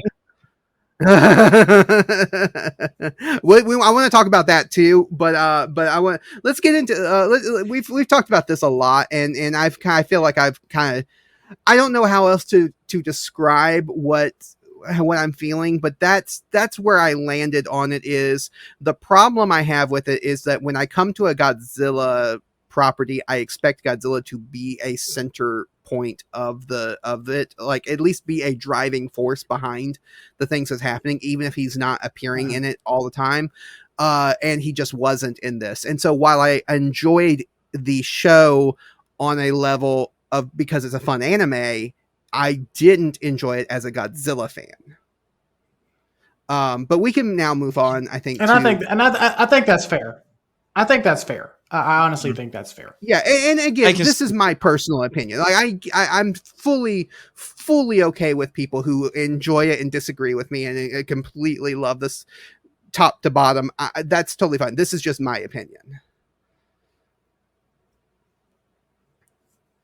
So yeah, we can move on to aesthetics now. So we're talking about the look and designs of things. So now we can talk about the designs of the monsters, which I know Nathan kind of wanted to talk about. Yes. Just because I kind of enjoyed your sadistic glee at everyone freaking out over Jet Jaguar. Everyone hated the little stubby legged Jet Jaguar, and I loved him so much. Yeah, well, and that's honestly why I almost wonder, because you had that kind of extended. It was that wasn't even a trailer. It was more like a music video that Toho put out with the theme song, where Jet Jaguar got showcased, and he got showcased as being kind of scary. And I'm just like, this is Toho responding to people saying the design's terrible, isn't it? Where it's I just see that, and I just, because they showed him with this really dark lighting and kind of a lot of negative space, and he's carrying that the spear of Anguirus, which sounds like a weapon that's going to show up in a Godzilla RPG at some point. Mm-hmm. And he looks all scary and stuff, and I just want to caption that and say, like, what were you saying about my terrible design? Yeah, okay, so I will say I was one of the Jet Jaguar. Hey, that just sounds weird coming out of my mouth. I was one of the JJ haters when I first saw it, because I thought the little stubby leg, long armed orangutan look for Jet Jaguar was not good. Like, it was silly. It was silly, but there was a purpose. I figured there was going to be a purpose behind it, and there was. And we got full-fledged Jet Jaguar later on in the show as well. But I warmed up to the design of JJ after a while. Right around episode, I think it was episode 5 or 6, after when he actually confronted Anguirus, I think I started warming up to the design more. And I think that's partly because, and I kind of expected this, that they would start modifying Jet Jaguar series progress. I mean, come on, Jet here has been, ever since he saw stuff for Singular Point, he's been doing weird mods to himself to look more like to look more like he did in Singular Point. So I'm still not sure that was a great idea, but they were modifying him, and they were tweaking the design until you got to that final scene, and not the final scene, but you got to the end of the final episode where he becomes this ridiculous anime version of the Godzilla versus Megalon Jet Jaguar, where he's super smart and he magically can grow to the same size as Godzilla and fight him, with which was just insane. In the same year, we got Godzilla versus Kong round 2 and Godzilla versus Jet Jaguar. It's a little nuts. And so there was a nice progression to that, and I think it was illustrating, for lack of a better way to put it, the Jet Jaguar's progress as a character, because he was evolving as the series progressed. Yeah. Now, as I know, Travis is a fan of Baragon. What did you think? What did you think, Travis, of Salunga, not Gabra? I mean, as far as a Baragon kind of motif, he had barely had anything. He had the horn and the ears, and that was about it. I did like the little monkey monster. He did kind of crawl around he monkeyed around a lot. He looked like a baboon. But are you going to start a new hashtag Justice for Salunga? No. He got his due. No, I think that was a very interesting monster, because it was one that seemed to have a purpose other than just destruction and chaos. It had a goal. And so it kind of makes me wonder if they're going to develop going into a season 2, which we know we're going to get a season 2. They've already announced a season 2. If they're going to explore, maybe this monster was sent by someone specific, whereas the other ones were just a byproduct of everything going on. This one was specifically sent through with a purpose. Yeah, that Salunga was one of those where he was one that just felt very purposeful.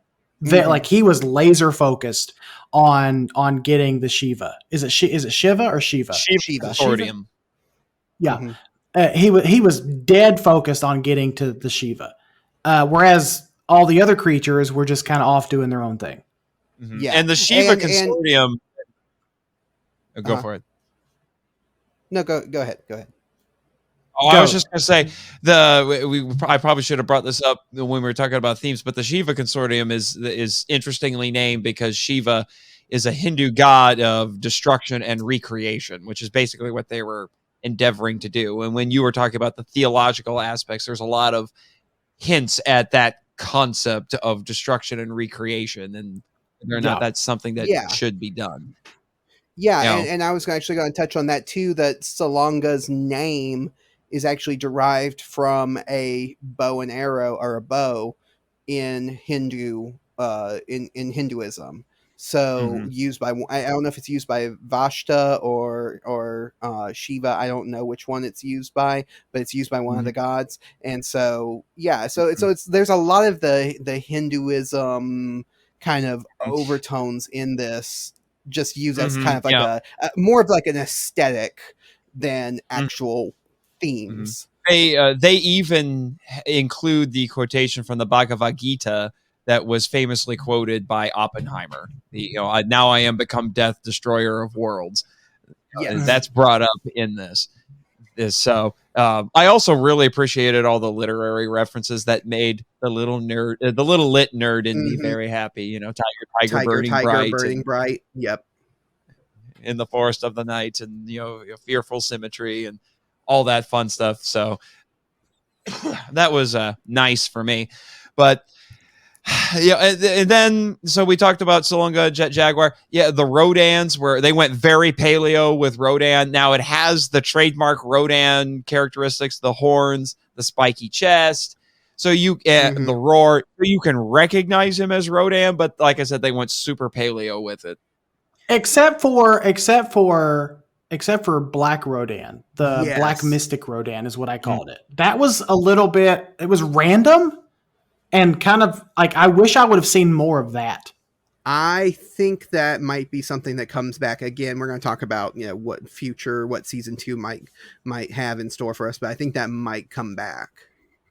Mm-hmm. Yeah. And then Anguirus, that was the one where they didn't really mess with it a whole lot. Anguirus was very recognizable as Anguirus, and they called him Anguirus. But they gave Anguirus a new power set in this, which is really interesting. And they also integrated some design elements that were in promotional materials but never really used, like the flaps, the carapace, kind of open up a little bit, has flaps. And but the big difference that they did with this, and apparently we have to issue a retraction, Michael, because you and I said on the Pacific Rim the Black episode that this Anguirus was female, and I think we're wrong because I want to say that now they did not give a sex to the I think they're gender neutral.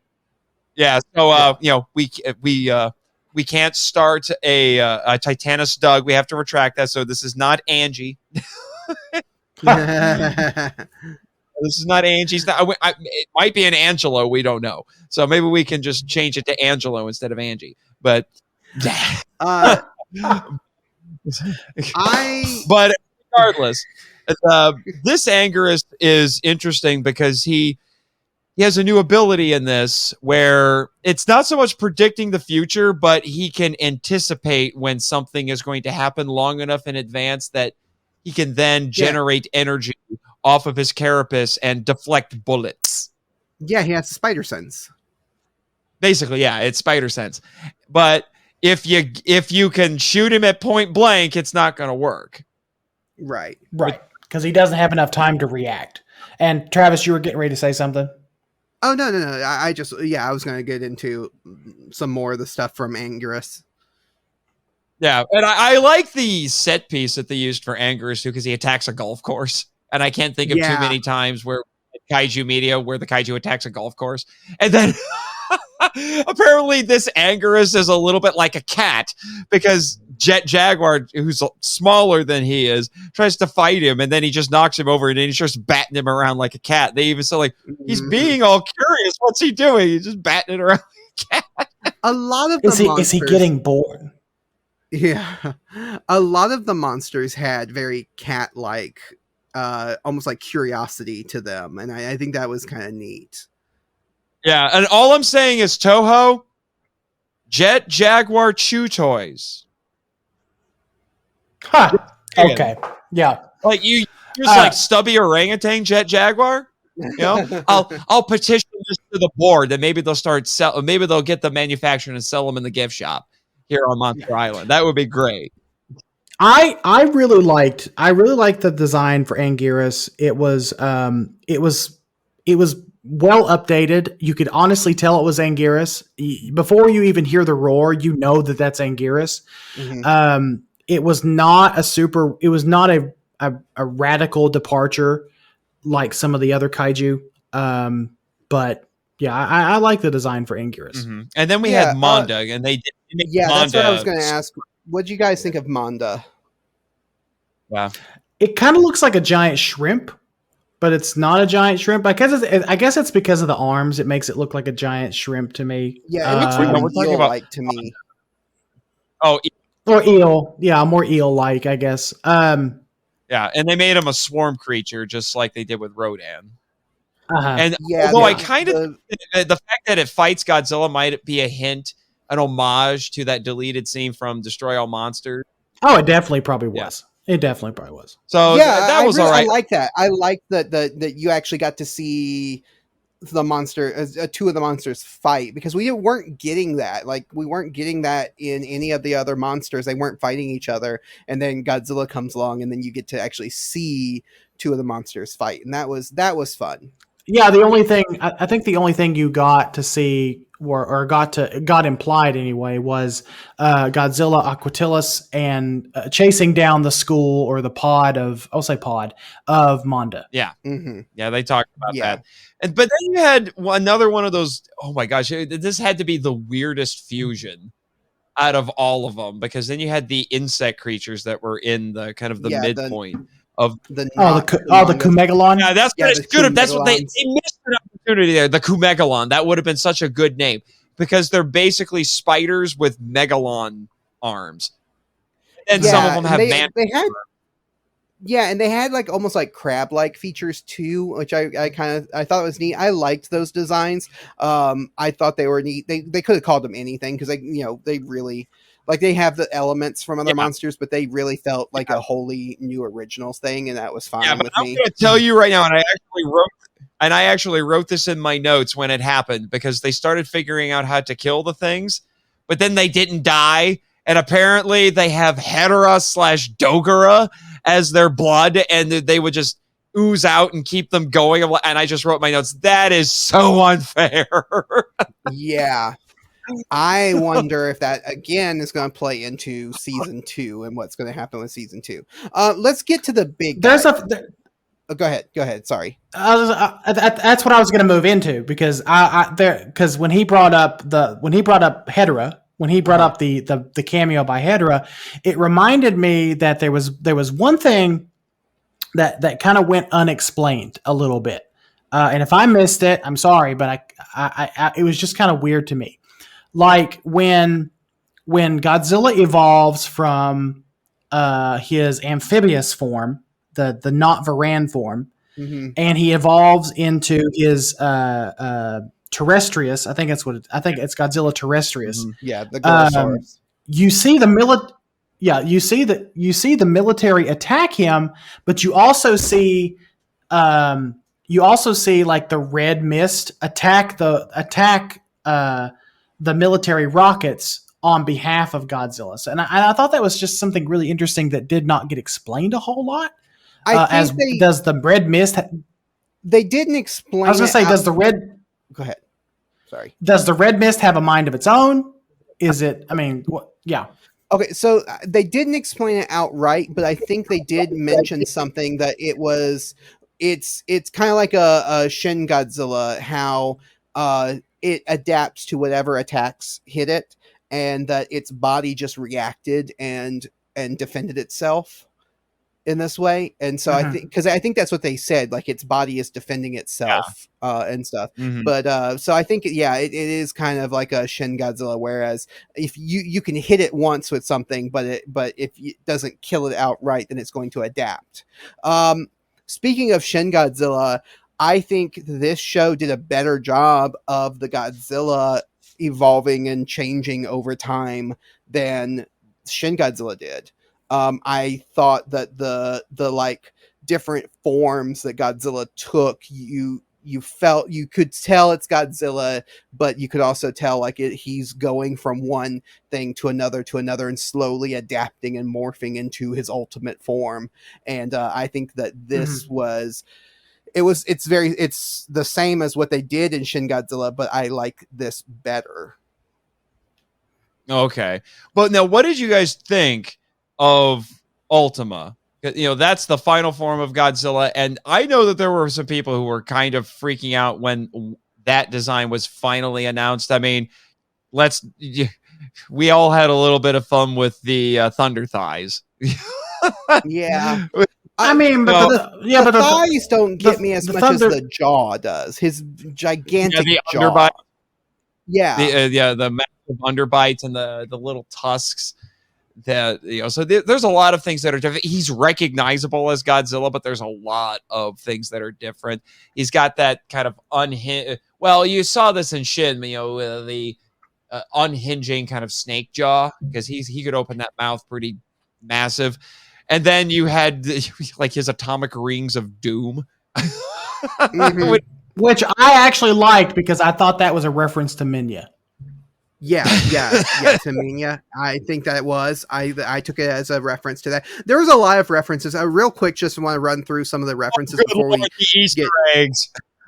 So we had references to Biollante. Not just in the, like, because in the closing credits you had a lot of monsters show up, but I mean in the actual show you had, because there was plant monsters that were starting to show up. You had references to Mothra because there were silk butterflies that had silk moths that had the coloring of it. You had reference, like you said, to Hedera, to Dagara.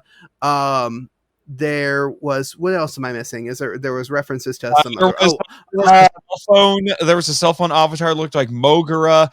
There was a robot. This is a really deep cut, but they had little robots that Otaki factory, which is where Yun and the old man work, right. And Lady Hot Topic, as I called her, who looked like Nigel from Godzilla the series. That's a deep cut. And then once Pero 2 takes it over, it's like, now it's a Tachikoma. That's you had the Beast from 20,000 Fathoms and Raquel Welch. Yes. That was reference. I did see that. One thing I do want to say real quick, you mentioned Mogura. Do what? I missed that. Go ahead, Travis. I said there was a Godzuki sticker.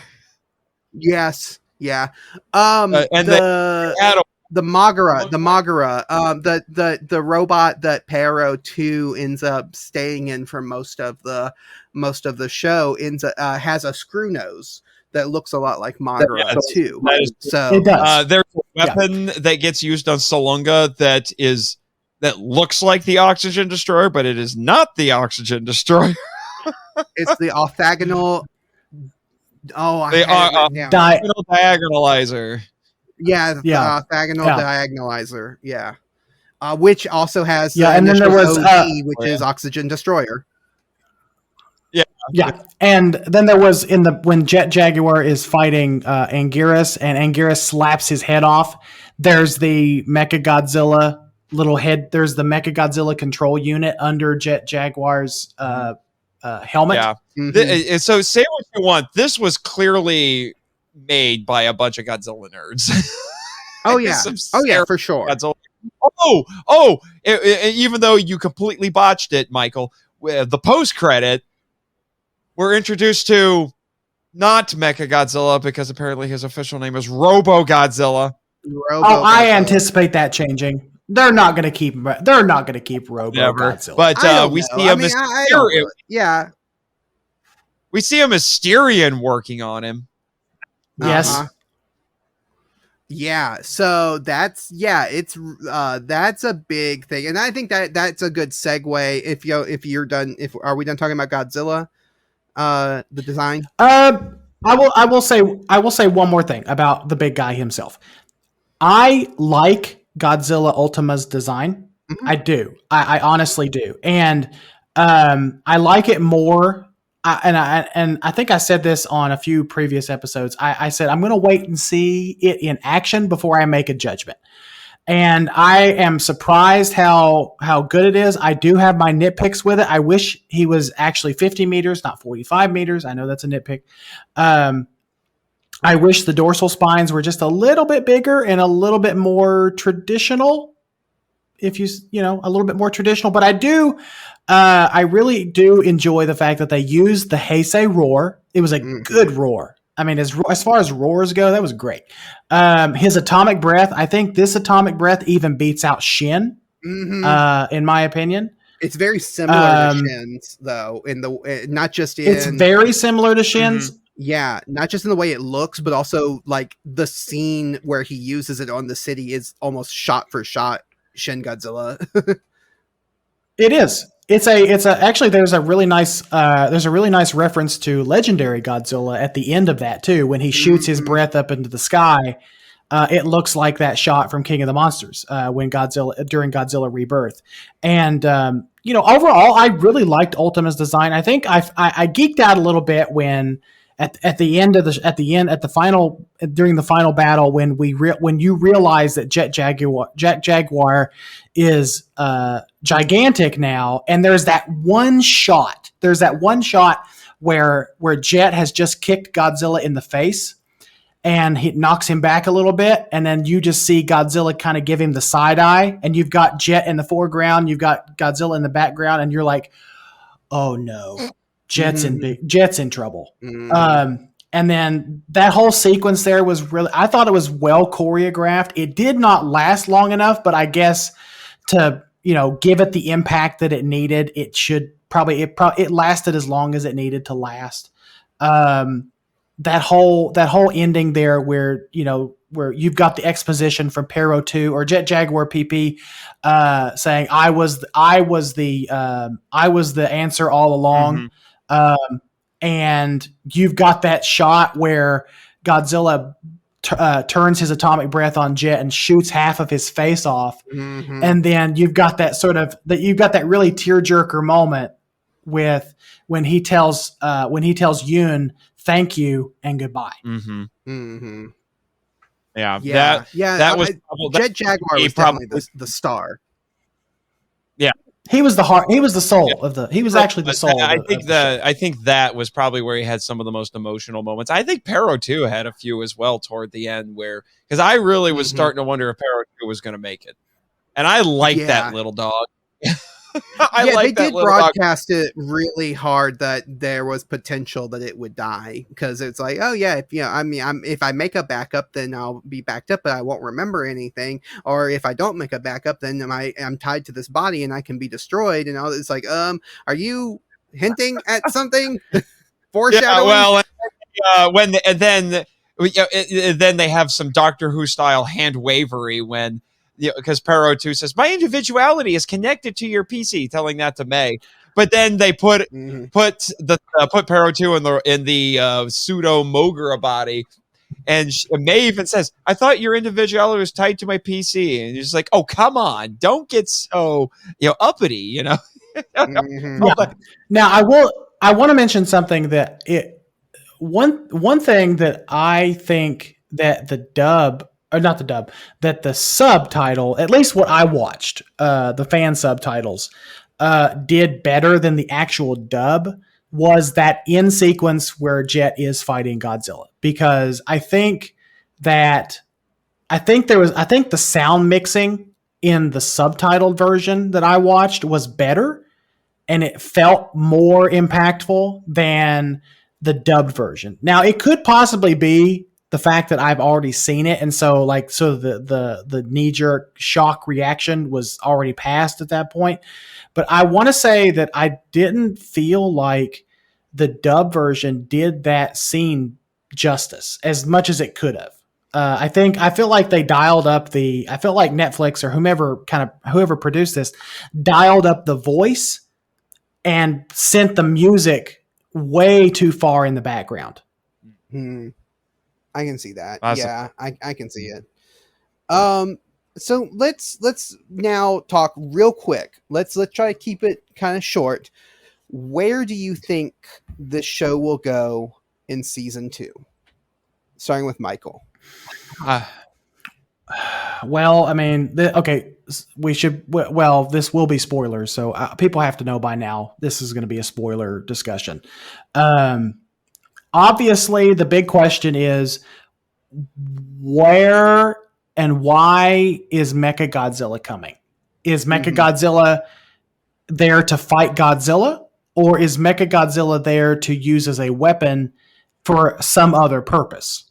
That is what I'm curious about, because there are a few unanswered questions, like obviously Mechagodzilla at the end. Where has Dr. What is the doctor's name, Nathan? That went missing. Was it Ashahadi? Ashahara?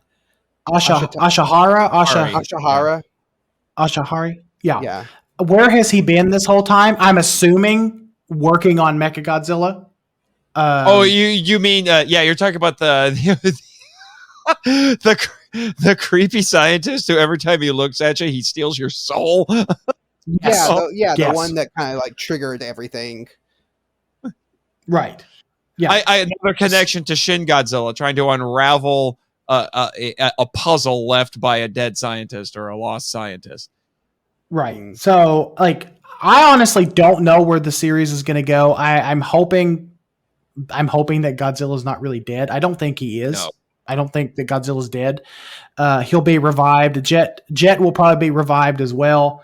I want to see more deep cut references to other kaiju in the series. I want to see a proper Mothra. Although I like the little fairy Mothras we got, they were very impactful. That whole scene where they say, "What is it? When the moths or the butterflies come out, it's a sign of war. It's an omen of war." I thought that was a really impactful moment, especially with the chorus singing in the background. I want to see more of a proper Mothra. I want to see more of Black Rodan. I want to see more of that, and I don't know where that came from. I wish that would have stuck around more. I honestly don't know, because this show is weird and confusing and oddly enjoyable at the same time. I just kind of had to just sit back and watch it for what it was, and not try to think too hard about it, because I was really getting a headache trying to. But as far as next season goes, I don't know. I don't know. Obviously, we're going to get Mechagodzilla. We'll get Godzilla back and more Jet Jaguar, but I have no idea. Yeah, so with everything, like I said, okay, the driving force of this show was not Godzilla. The driving force is the sciencey technobabble stuff that we talked about. Since that is the driving force of this, especially this first season, to suddenly shift into now we're making the monsters the driving force of everything would just feel weird. So I want to know, and I'm very curious how they're going to do season 2. Are they going to continue the singular point architect, whatever they are? Archetypes. Yeah, archetypes. If they're going to continue that techno sciencey quantum mechanics type stuff into the next season, because it just feels wrong for them to spend so much time on that in this season, and then next season be, well, it's just portals and monsters are coming through and we're just going to focus on the monsters. As much as I would enjoy that more, it doesn't feel genuine. It doesn't feel like a genuine sequel to what they set up in this season.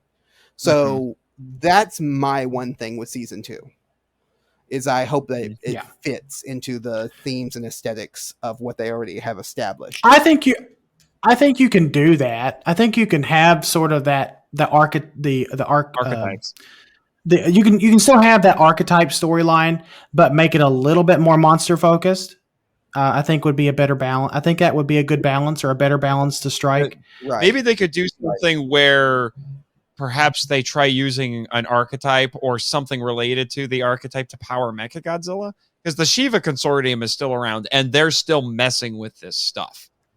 And which continue the what has man wrought, sort of a thing, tapping into these, tapping basically into a science that is highly unpredictable already. If we want to talk about, talk about quantum mechanics, but which I did do, and so you could play around with that and now make Mechagodzilla this power, be powered by it, and so that could be a way to instigate some more conflict. Personally, for me, along with the stuff that you guys have already talked about, I would really like to see how the character dynamics are going to change, because at the end of the series, May and Otaki Factory finally meet each other. Now, they have been communicating through text messaging, because good Lord, there are text messaging sequences in this complete with Pero 2 emojis. And it was it was a little bit, that was entertaining, but it was also, it could be a little bit difficult to follow at points. And now I want to see what they're going to do now that all of our main cast is together. So I would be curious to see what that does to the storytelling and the character dynamics, because like I said, I'm really invested in these characters and I want to see where they go from here with them. And perhaps they could try to do a little bit more with the characters and, maybe get into a little bit more of, what are they doing outside of all of the madness? I would love to actually see that. Yeah. So yeah, I think now's probably a good time to move into our Godzuki scores for anybody who's listening to this who doesn't normally listen to Kaiju Weekly. We like to rate our movies out of 5 Godzukis instead of 5 stars or anything like that, because we like to embrace the sillier side of giant monsters by using Godzuki, Godzilla's bumbling nephew, and someone that I love visiting here on the island, as our yardstick. He loved hanging out with you the last time, he told me. Right. Yeah. So starting with Nathan, do you want to give us your Godzuki score? Let me sing it. Hold on. Let me see. Your Godzuki score out of 5 and your final thoughts on Godzilla Singular Point.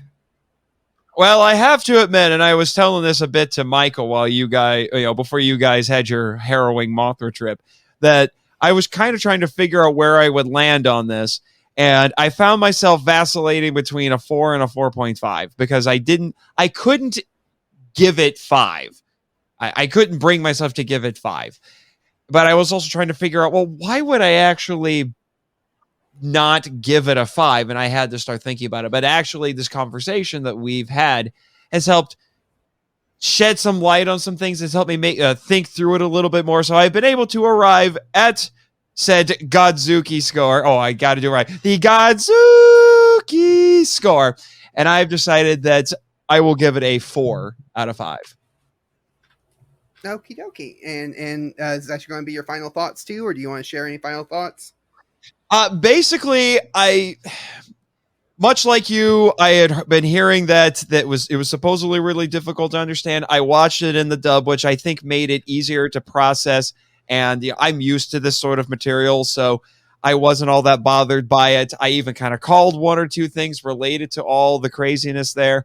And I don't think it's quite the anime that people were necessarily expecting, but I anticipated it wouldn't quite be that, a shonen style anime, and I learned to really appreciate it for what it was. For me personally, everything in this was really compelling, and the characters, the mystery, and all of that sort of stuff, the monsters. So I wasn't all that bothered by what we ended up getting, and overall, I ended up enjoying it quite a bit. Do I like it more than the Polygon trilogy? I don't know if I would necessarily say I like it more than the Polygon trilogy, but I think it's more rewatchable than the Polygon trilogy, if that makes any sense. Mm-hmm. Yeah. I'm going to go ahead and do my Godzuki score and my final thoughts because I want to finish with Michael, so that we finish on a positive. The positivity sandwich. Yes. So I write down my final thoughts. So I, generally do that every week. So here's my final thoughts. If we were an anime podcast, if we were Redeemed Otaku or another anime podcast, I would be a whole lot more positive on the show. But since we are a kaiju podcast, both of our podcasts are kaiju podcasts and tokusatsu podcasts. I have to look at this as a Godzilla property, not just as a sci-fi fun anime. So the anime fan in me really enjoyed it. It fits then to the style of anime that I watched when I was a teen, the very high concept, philosophical, technobabble kind of stuff. Definitely fits into the aesthetic of anime that I liked when I was a teen, I like as an adult. So I definitely enjoyed it. And I won't say I didn't enjoy it. What I am struggling with is, as a Godzilla fan, is this kind of making me feel the joy of seeing a new Godzilla property? And really the answer is no. The answer is I feel I was disappointed in the Godzilla and the monster stuff. And it's not that the monsters weren't good. I do think the monsters were done well. It's just, like I said, I've talked about enough. Thematically, they weren't the driving force. And when I come to when I'm looking at it as a Godzilla fan, that's what I want, and that wasn't there, and so I'm disappointed. To me, the two storylines didn't mesh well together. The kind of concept, the high concept technobabble stuff and the monster stuff, it felt a lot like oil and water. They just didn't want to blend. I might change my feelings after rewatching it. Do what? It was a David Letterman reference. Will it blend? Oh yeah, will it blend? So I will probably feel differently if I rewatch it, and I will rewatch it at some point, because I think that I tried to cram too much in a short amount of time, and also had a lot going on, so maybe that contributed to it a lot. But I definitely think that this one is one that benefits from watching a couple of times. So I definitely think that if you are a fan of anime and you are a fan of this kind of stuff, it is definitely something that you should watch. But if you're just a monster fan and not an anime fan, like our friend Elijah, you might be disappointed in it the way that I was. So that's where I kind of land. So my score is 3.5 out of 5 Godzookies. Michael. And I think that's fair. I was, while you were talking, I was just sitting here thinking that I had the benefit of watching it week to week the first time around, and I think that it really helped. I can see where a show like this would be really hard to process if you sit down and binge it. It is not. This is why I have a problem with the binging model. I wish that there were more shows that did week to week like they used to. I think that's why I enjoy some of the stuff on Disney Plus, because it's week to week, and they don't drop everything at once. Because I think that sometimes there's a show that comes along that benefits more from a week to week watching, and sort of like a more measured watching than a just all out binge. And I don't think that this is a very bingeable show. It is a rewatchable show. I think it is 1,000 times more rewatchable than the Polygon trilogy. But it is not a very good bingeable show because of some of the just sort of the complexities of the plot, sort of the heavily muddied plot, and like the hard to understand dialogue, and just everything happening at once. I like, one of my criticisms was that it is it is a lot of technobabble. I know I've seen the word technobabble has to be trending by now, because everyone uses it when they talk about this anime. But there is a lot of technobabble. There's a lot of technobabble in it, but I just kind of had to look over some of that, because I knew a lot of stuff was going to go over my head. There was a lot of stuff that I was going to miss, and I'm just going to enjoy it for what it is. And I was able to do that. If you're coming to this show strictly for the monsters, I agree, you're going to be disappointed, because the monsters are not really the main focus of the show. It is the science. It is the mystery of it. It is the mystery plot of it that is the focus of the show.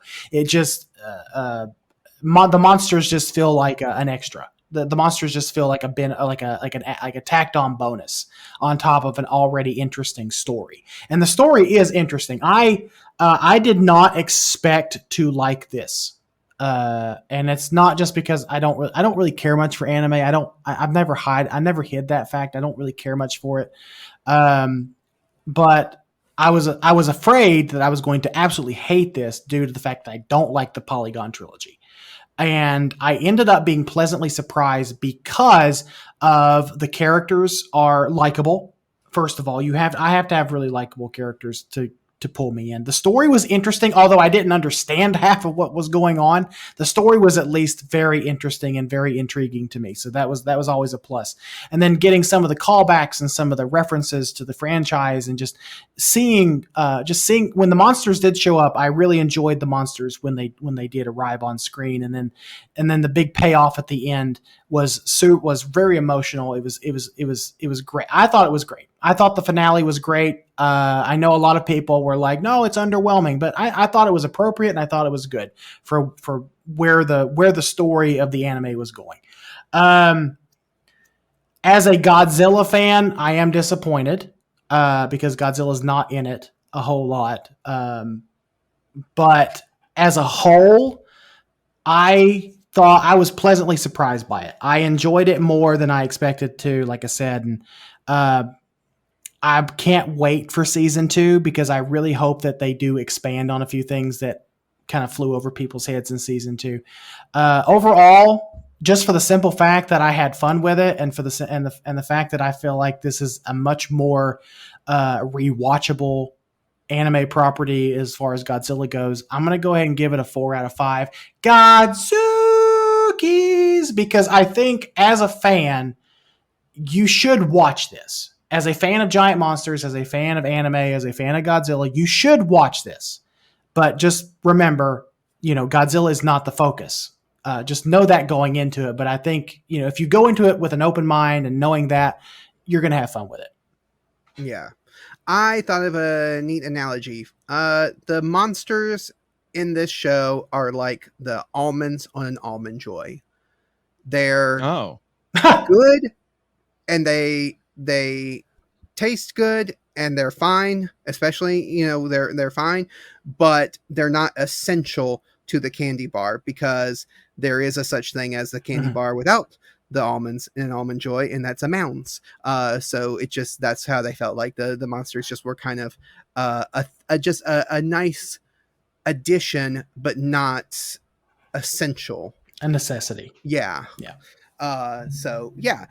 We're not going to have any mailbag to talk about this week for the Kaiju Weekly side of things. But if you want to send us a letter to our mailbag, you can do that by sending us a letter at kaijuweekly@gmail.com, and you can also tweet us at Kaiju Weekly. Nathan, do you have any listener feedback or interactions or mailbag that you want to read for your podcast? I do, but it's actually an iTunes review that I was going to share with everybody. And I know you guys have a new review as well. Yes, we do. Yes. So that's so for the sake of time, I'm just going to limit it to just my new review. Because we've been going. Fine. That's fine, and we'll do that. We'll do that at the end after I ask the trivia question, because I want to ask the trivia question that we like to do on Kaiju Weekly. Do you want to do that now, or you want me to share some of the things I learned about quantum mechanics? We do not have time for quantum mechanics TED Talk. I understand. We do not have time. So please make sure to send us a letter, either kaijuweekly@gmail.com, at Kaiju Weekly on Twitter. You can also send Nathan some letters and feedback. Nathan, how can they reach your podcast? Yeah, feedback at monsterislandfilmvault.com, and you can also hit us up on the Twitter at themonsterisla1. And now I'm going to ask the trivia question for next week, because on Kaiju Weekly, we like to ask trivia questions that hint to our topic for the next week. And next month, we are starting Guilty Pleasures Month. Ooh, it's going to be painful. Oh, it's not going to be all painful, guys. Come on. It's going to be painful. You're going through Gamera movies. There's hardly anything that can hurt me anymore. Yeah. So starting off our Guilty Pleasures month, we're going to start with Michael's pick for his Guilty Pleasure giant monster film. So the trivia question that I just want to ask everyone is, what film do you think Michael picked as his giant monster Guilty Pleasure? I'd love to I would love to see what people think your guilty pleasures are. Well, never mind. No, we're not going there. Sexy. You had to go there. You had to go there. You couldn't just let it go. You had to go there. All right. So we're going to close out. Jimmy agrees with you. Jimmy, thank you. It's time. We need to get going. We need to close out this episode. It's getting crazy. Okay, I'm going to close out Kaiju Weekly by saying thank you for listening to this episode and this podcast and sharing this podcast with your friends. If you want to follow us on Twitter, we are at Kaiju Weekly. All the links to our social media as well as for the Kaiju Groupie Facebook group are listed in the description of this episode. You can send questions, comments, or answers to trivia questions to our email, kaijuweekly@gmail.com. We also want to say a big thank you to everyone who has supported Kaiju Ramen Magazine so far. We're working on issue 3. Issue 3 is coming out very soon, so look forward to that. We've got some fun things planned for that issue, and I cannot wait for it. I'm excited. And if you want to find out more about it, you can check out the website kaijuramenmagazine.com. And if you want to get some sneak peeks at what we're working on for the magazine, as well as a sneak peek at mine and Nathan's new podcast, you can go to patreon.com/Kaiju Weekly Pod and support us there, and we will make sure to post something there because we are really bad about forgetting to post things. I'm very bad about forgetting to post things, but I promise we will post some sneak peeks of the magazine and the sneak peek to that podcast, Henshin Men, on there, so you can go and check it out. Support us in any way you can, because that helps us to continue to do this. And yes, and there's also one more thing they can do, Travis, to support this podcast, and that is by going over to Apple Podcasts and leaving us a 5-star review. And then what that does is that's going to help put us in front of other kaiju and tokusatsu fans just like you. And just so happens, we actually have a brand new review to read out on the show, because we always promise if you leave us a review, we will read that review on a future episode. So Travis, do you want to go ahead and read the brand new iTunes review that we received the other day? Yes, this is from Douche McBaggins. Thank you. I know who that is. Yep. Thank you very much. He also left a review for the vault, so. We know who this is, and thank you very much for making me read that out loud on the podcast. He says, the very best. I can't believe I haven't already written a review for this podcast. This is long overdue. Travis and Michael are genuine and charismatic hosts who have a deep appreciation for the movies they review. They're honest and thoughtful when they discuss giant monster movies. That being said, they always make sure to have fun and be creative, making every episode unique and enjoyable for every listener. Many similar podcasts are out there, but in terms of quality, you'll have a difficult time finding any that come close to Kaiju Weekly. Thank you so much, Mr. McBaggins.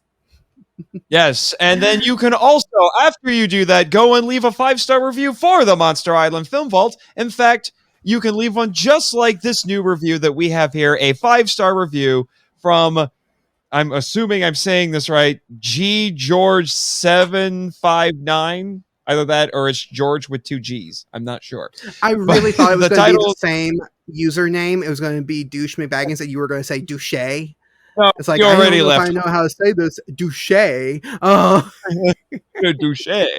But I'm sorry for interrupting.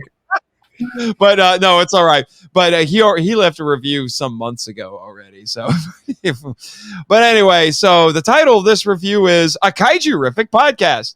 If you like kaiju films or want a podcast that treats them better than just cheesy monster movies, you can't do much better than the Monster Island Film Vault. Nathan and the tourists he brings along with him analyze the films and the context they were made in a way that is fun and entertaining. I've only just finished the King Kong, he says 2015, it should be 2005, review, but I'm looking forward to the rest of the journey. Keep it up, Nathan and Jimmy. Yes, I know you love it when they reference you and acknowledge your genius, whatever. Oh, yes. Yeah, that other genius. You know what? Since I'm not going to go into the TED Talk on quantum physics, Jimmy says he'll just make a bonus Jimmy's notes for the Monster Island Film Vault website that we can include in the show notes if you would like to know more about that. That sounds like a good compromise there. Yeah. I didn't know that Jimmy knew anything about quantum physics. No, I'm the one who did the research. He's just going to put it in on his blog. Oh, okay. So that was a lie that Jimmy told me when I got here, because on the way when I first got here, he did tell me that he was actually the one that did all the research on quantum mechanics and quantum physics. Okay, fine. He helped out. He helped confirm things, but I consulted with some of the other scientists here. So he did at least 3% of the work. Yes, 3%. But it was an amazing 3%. Yes. I am the best 3%er you will ever meet. And on that note, we're going to close out the episodes by saying, help control the not Gabbara population. Have your not Kumangas spayed or neutered. Jimmy, cue our new credits.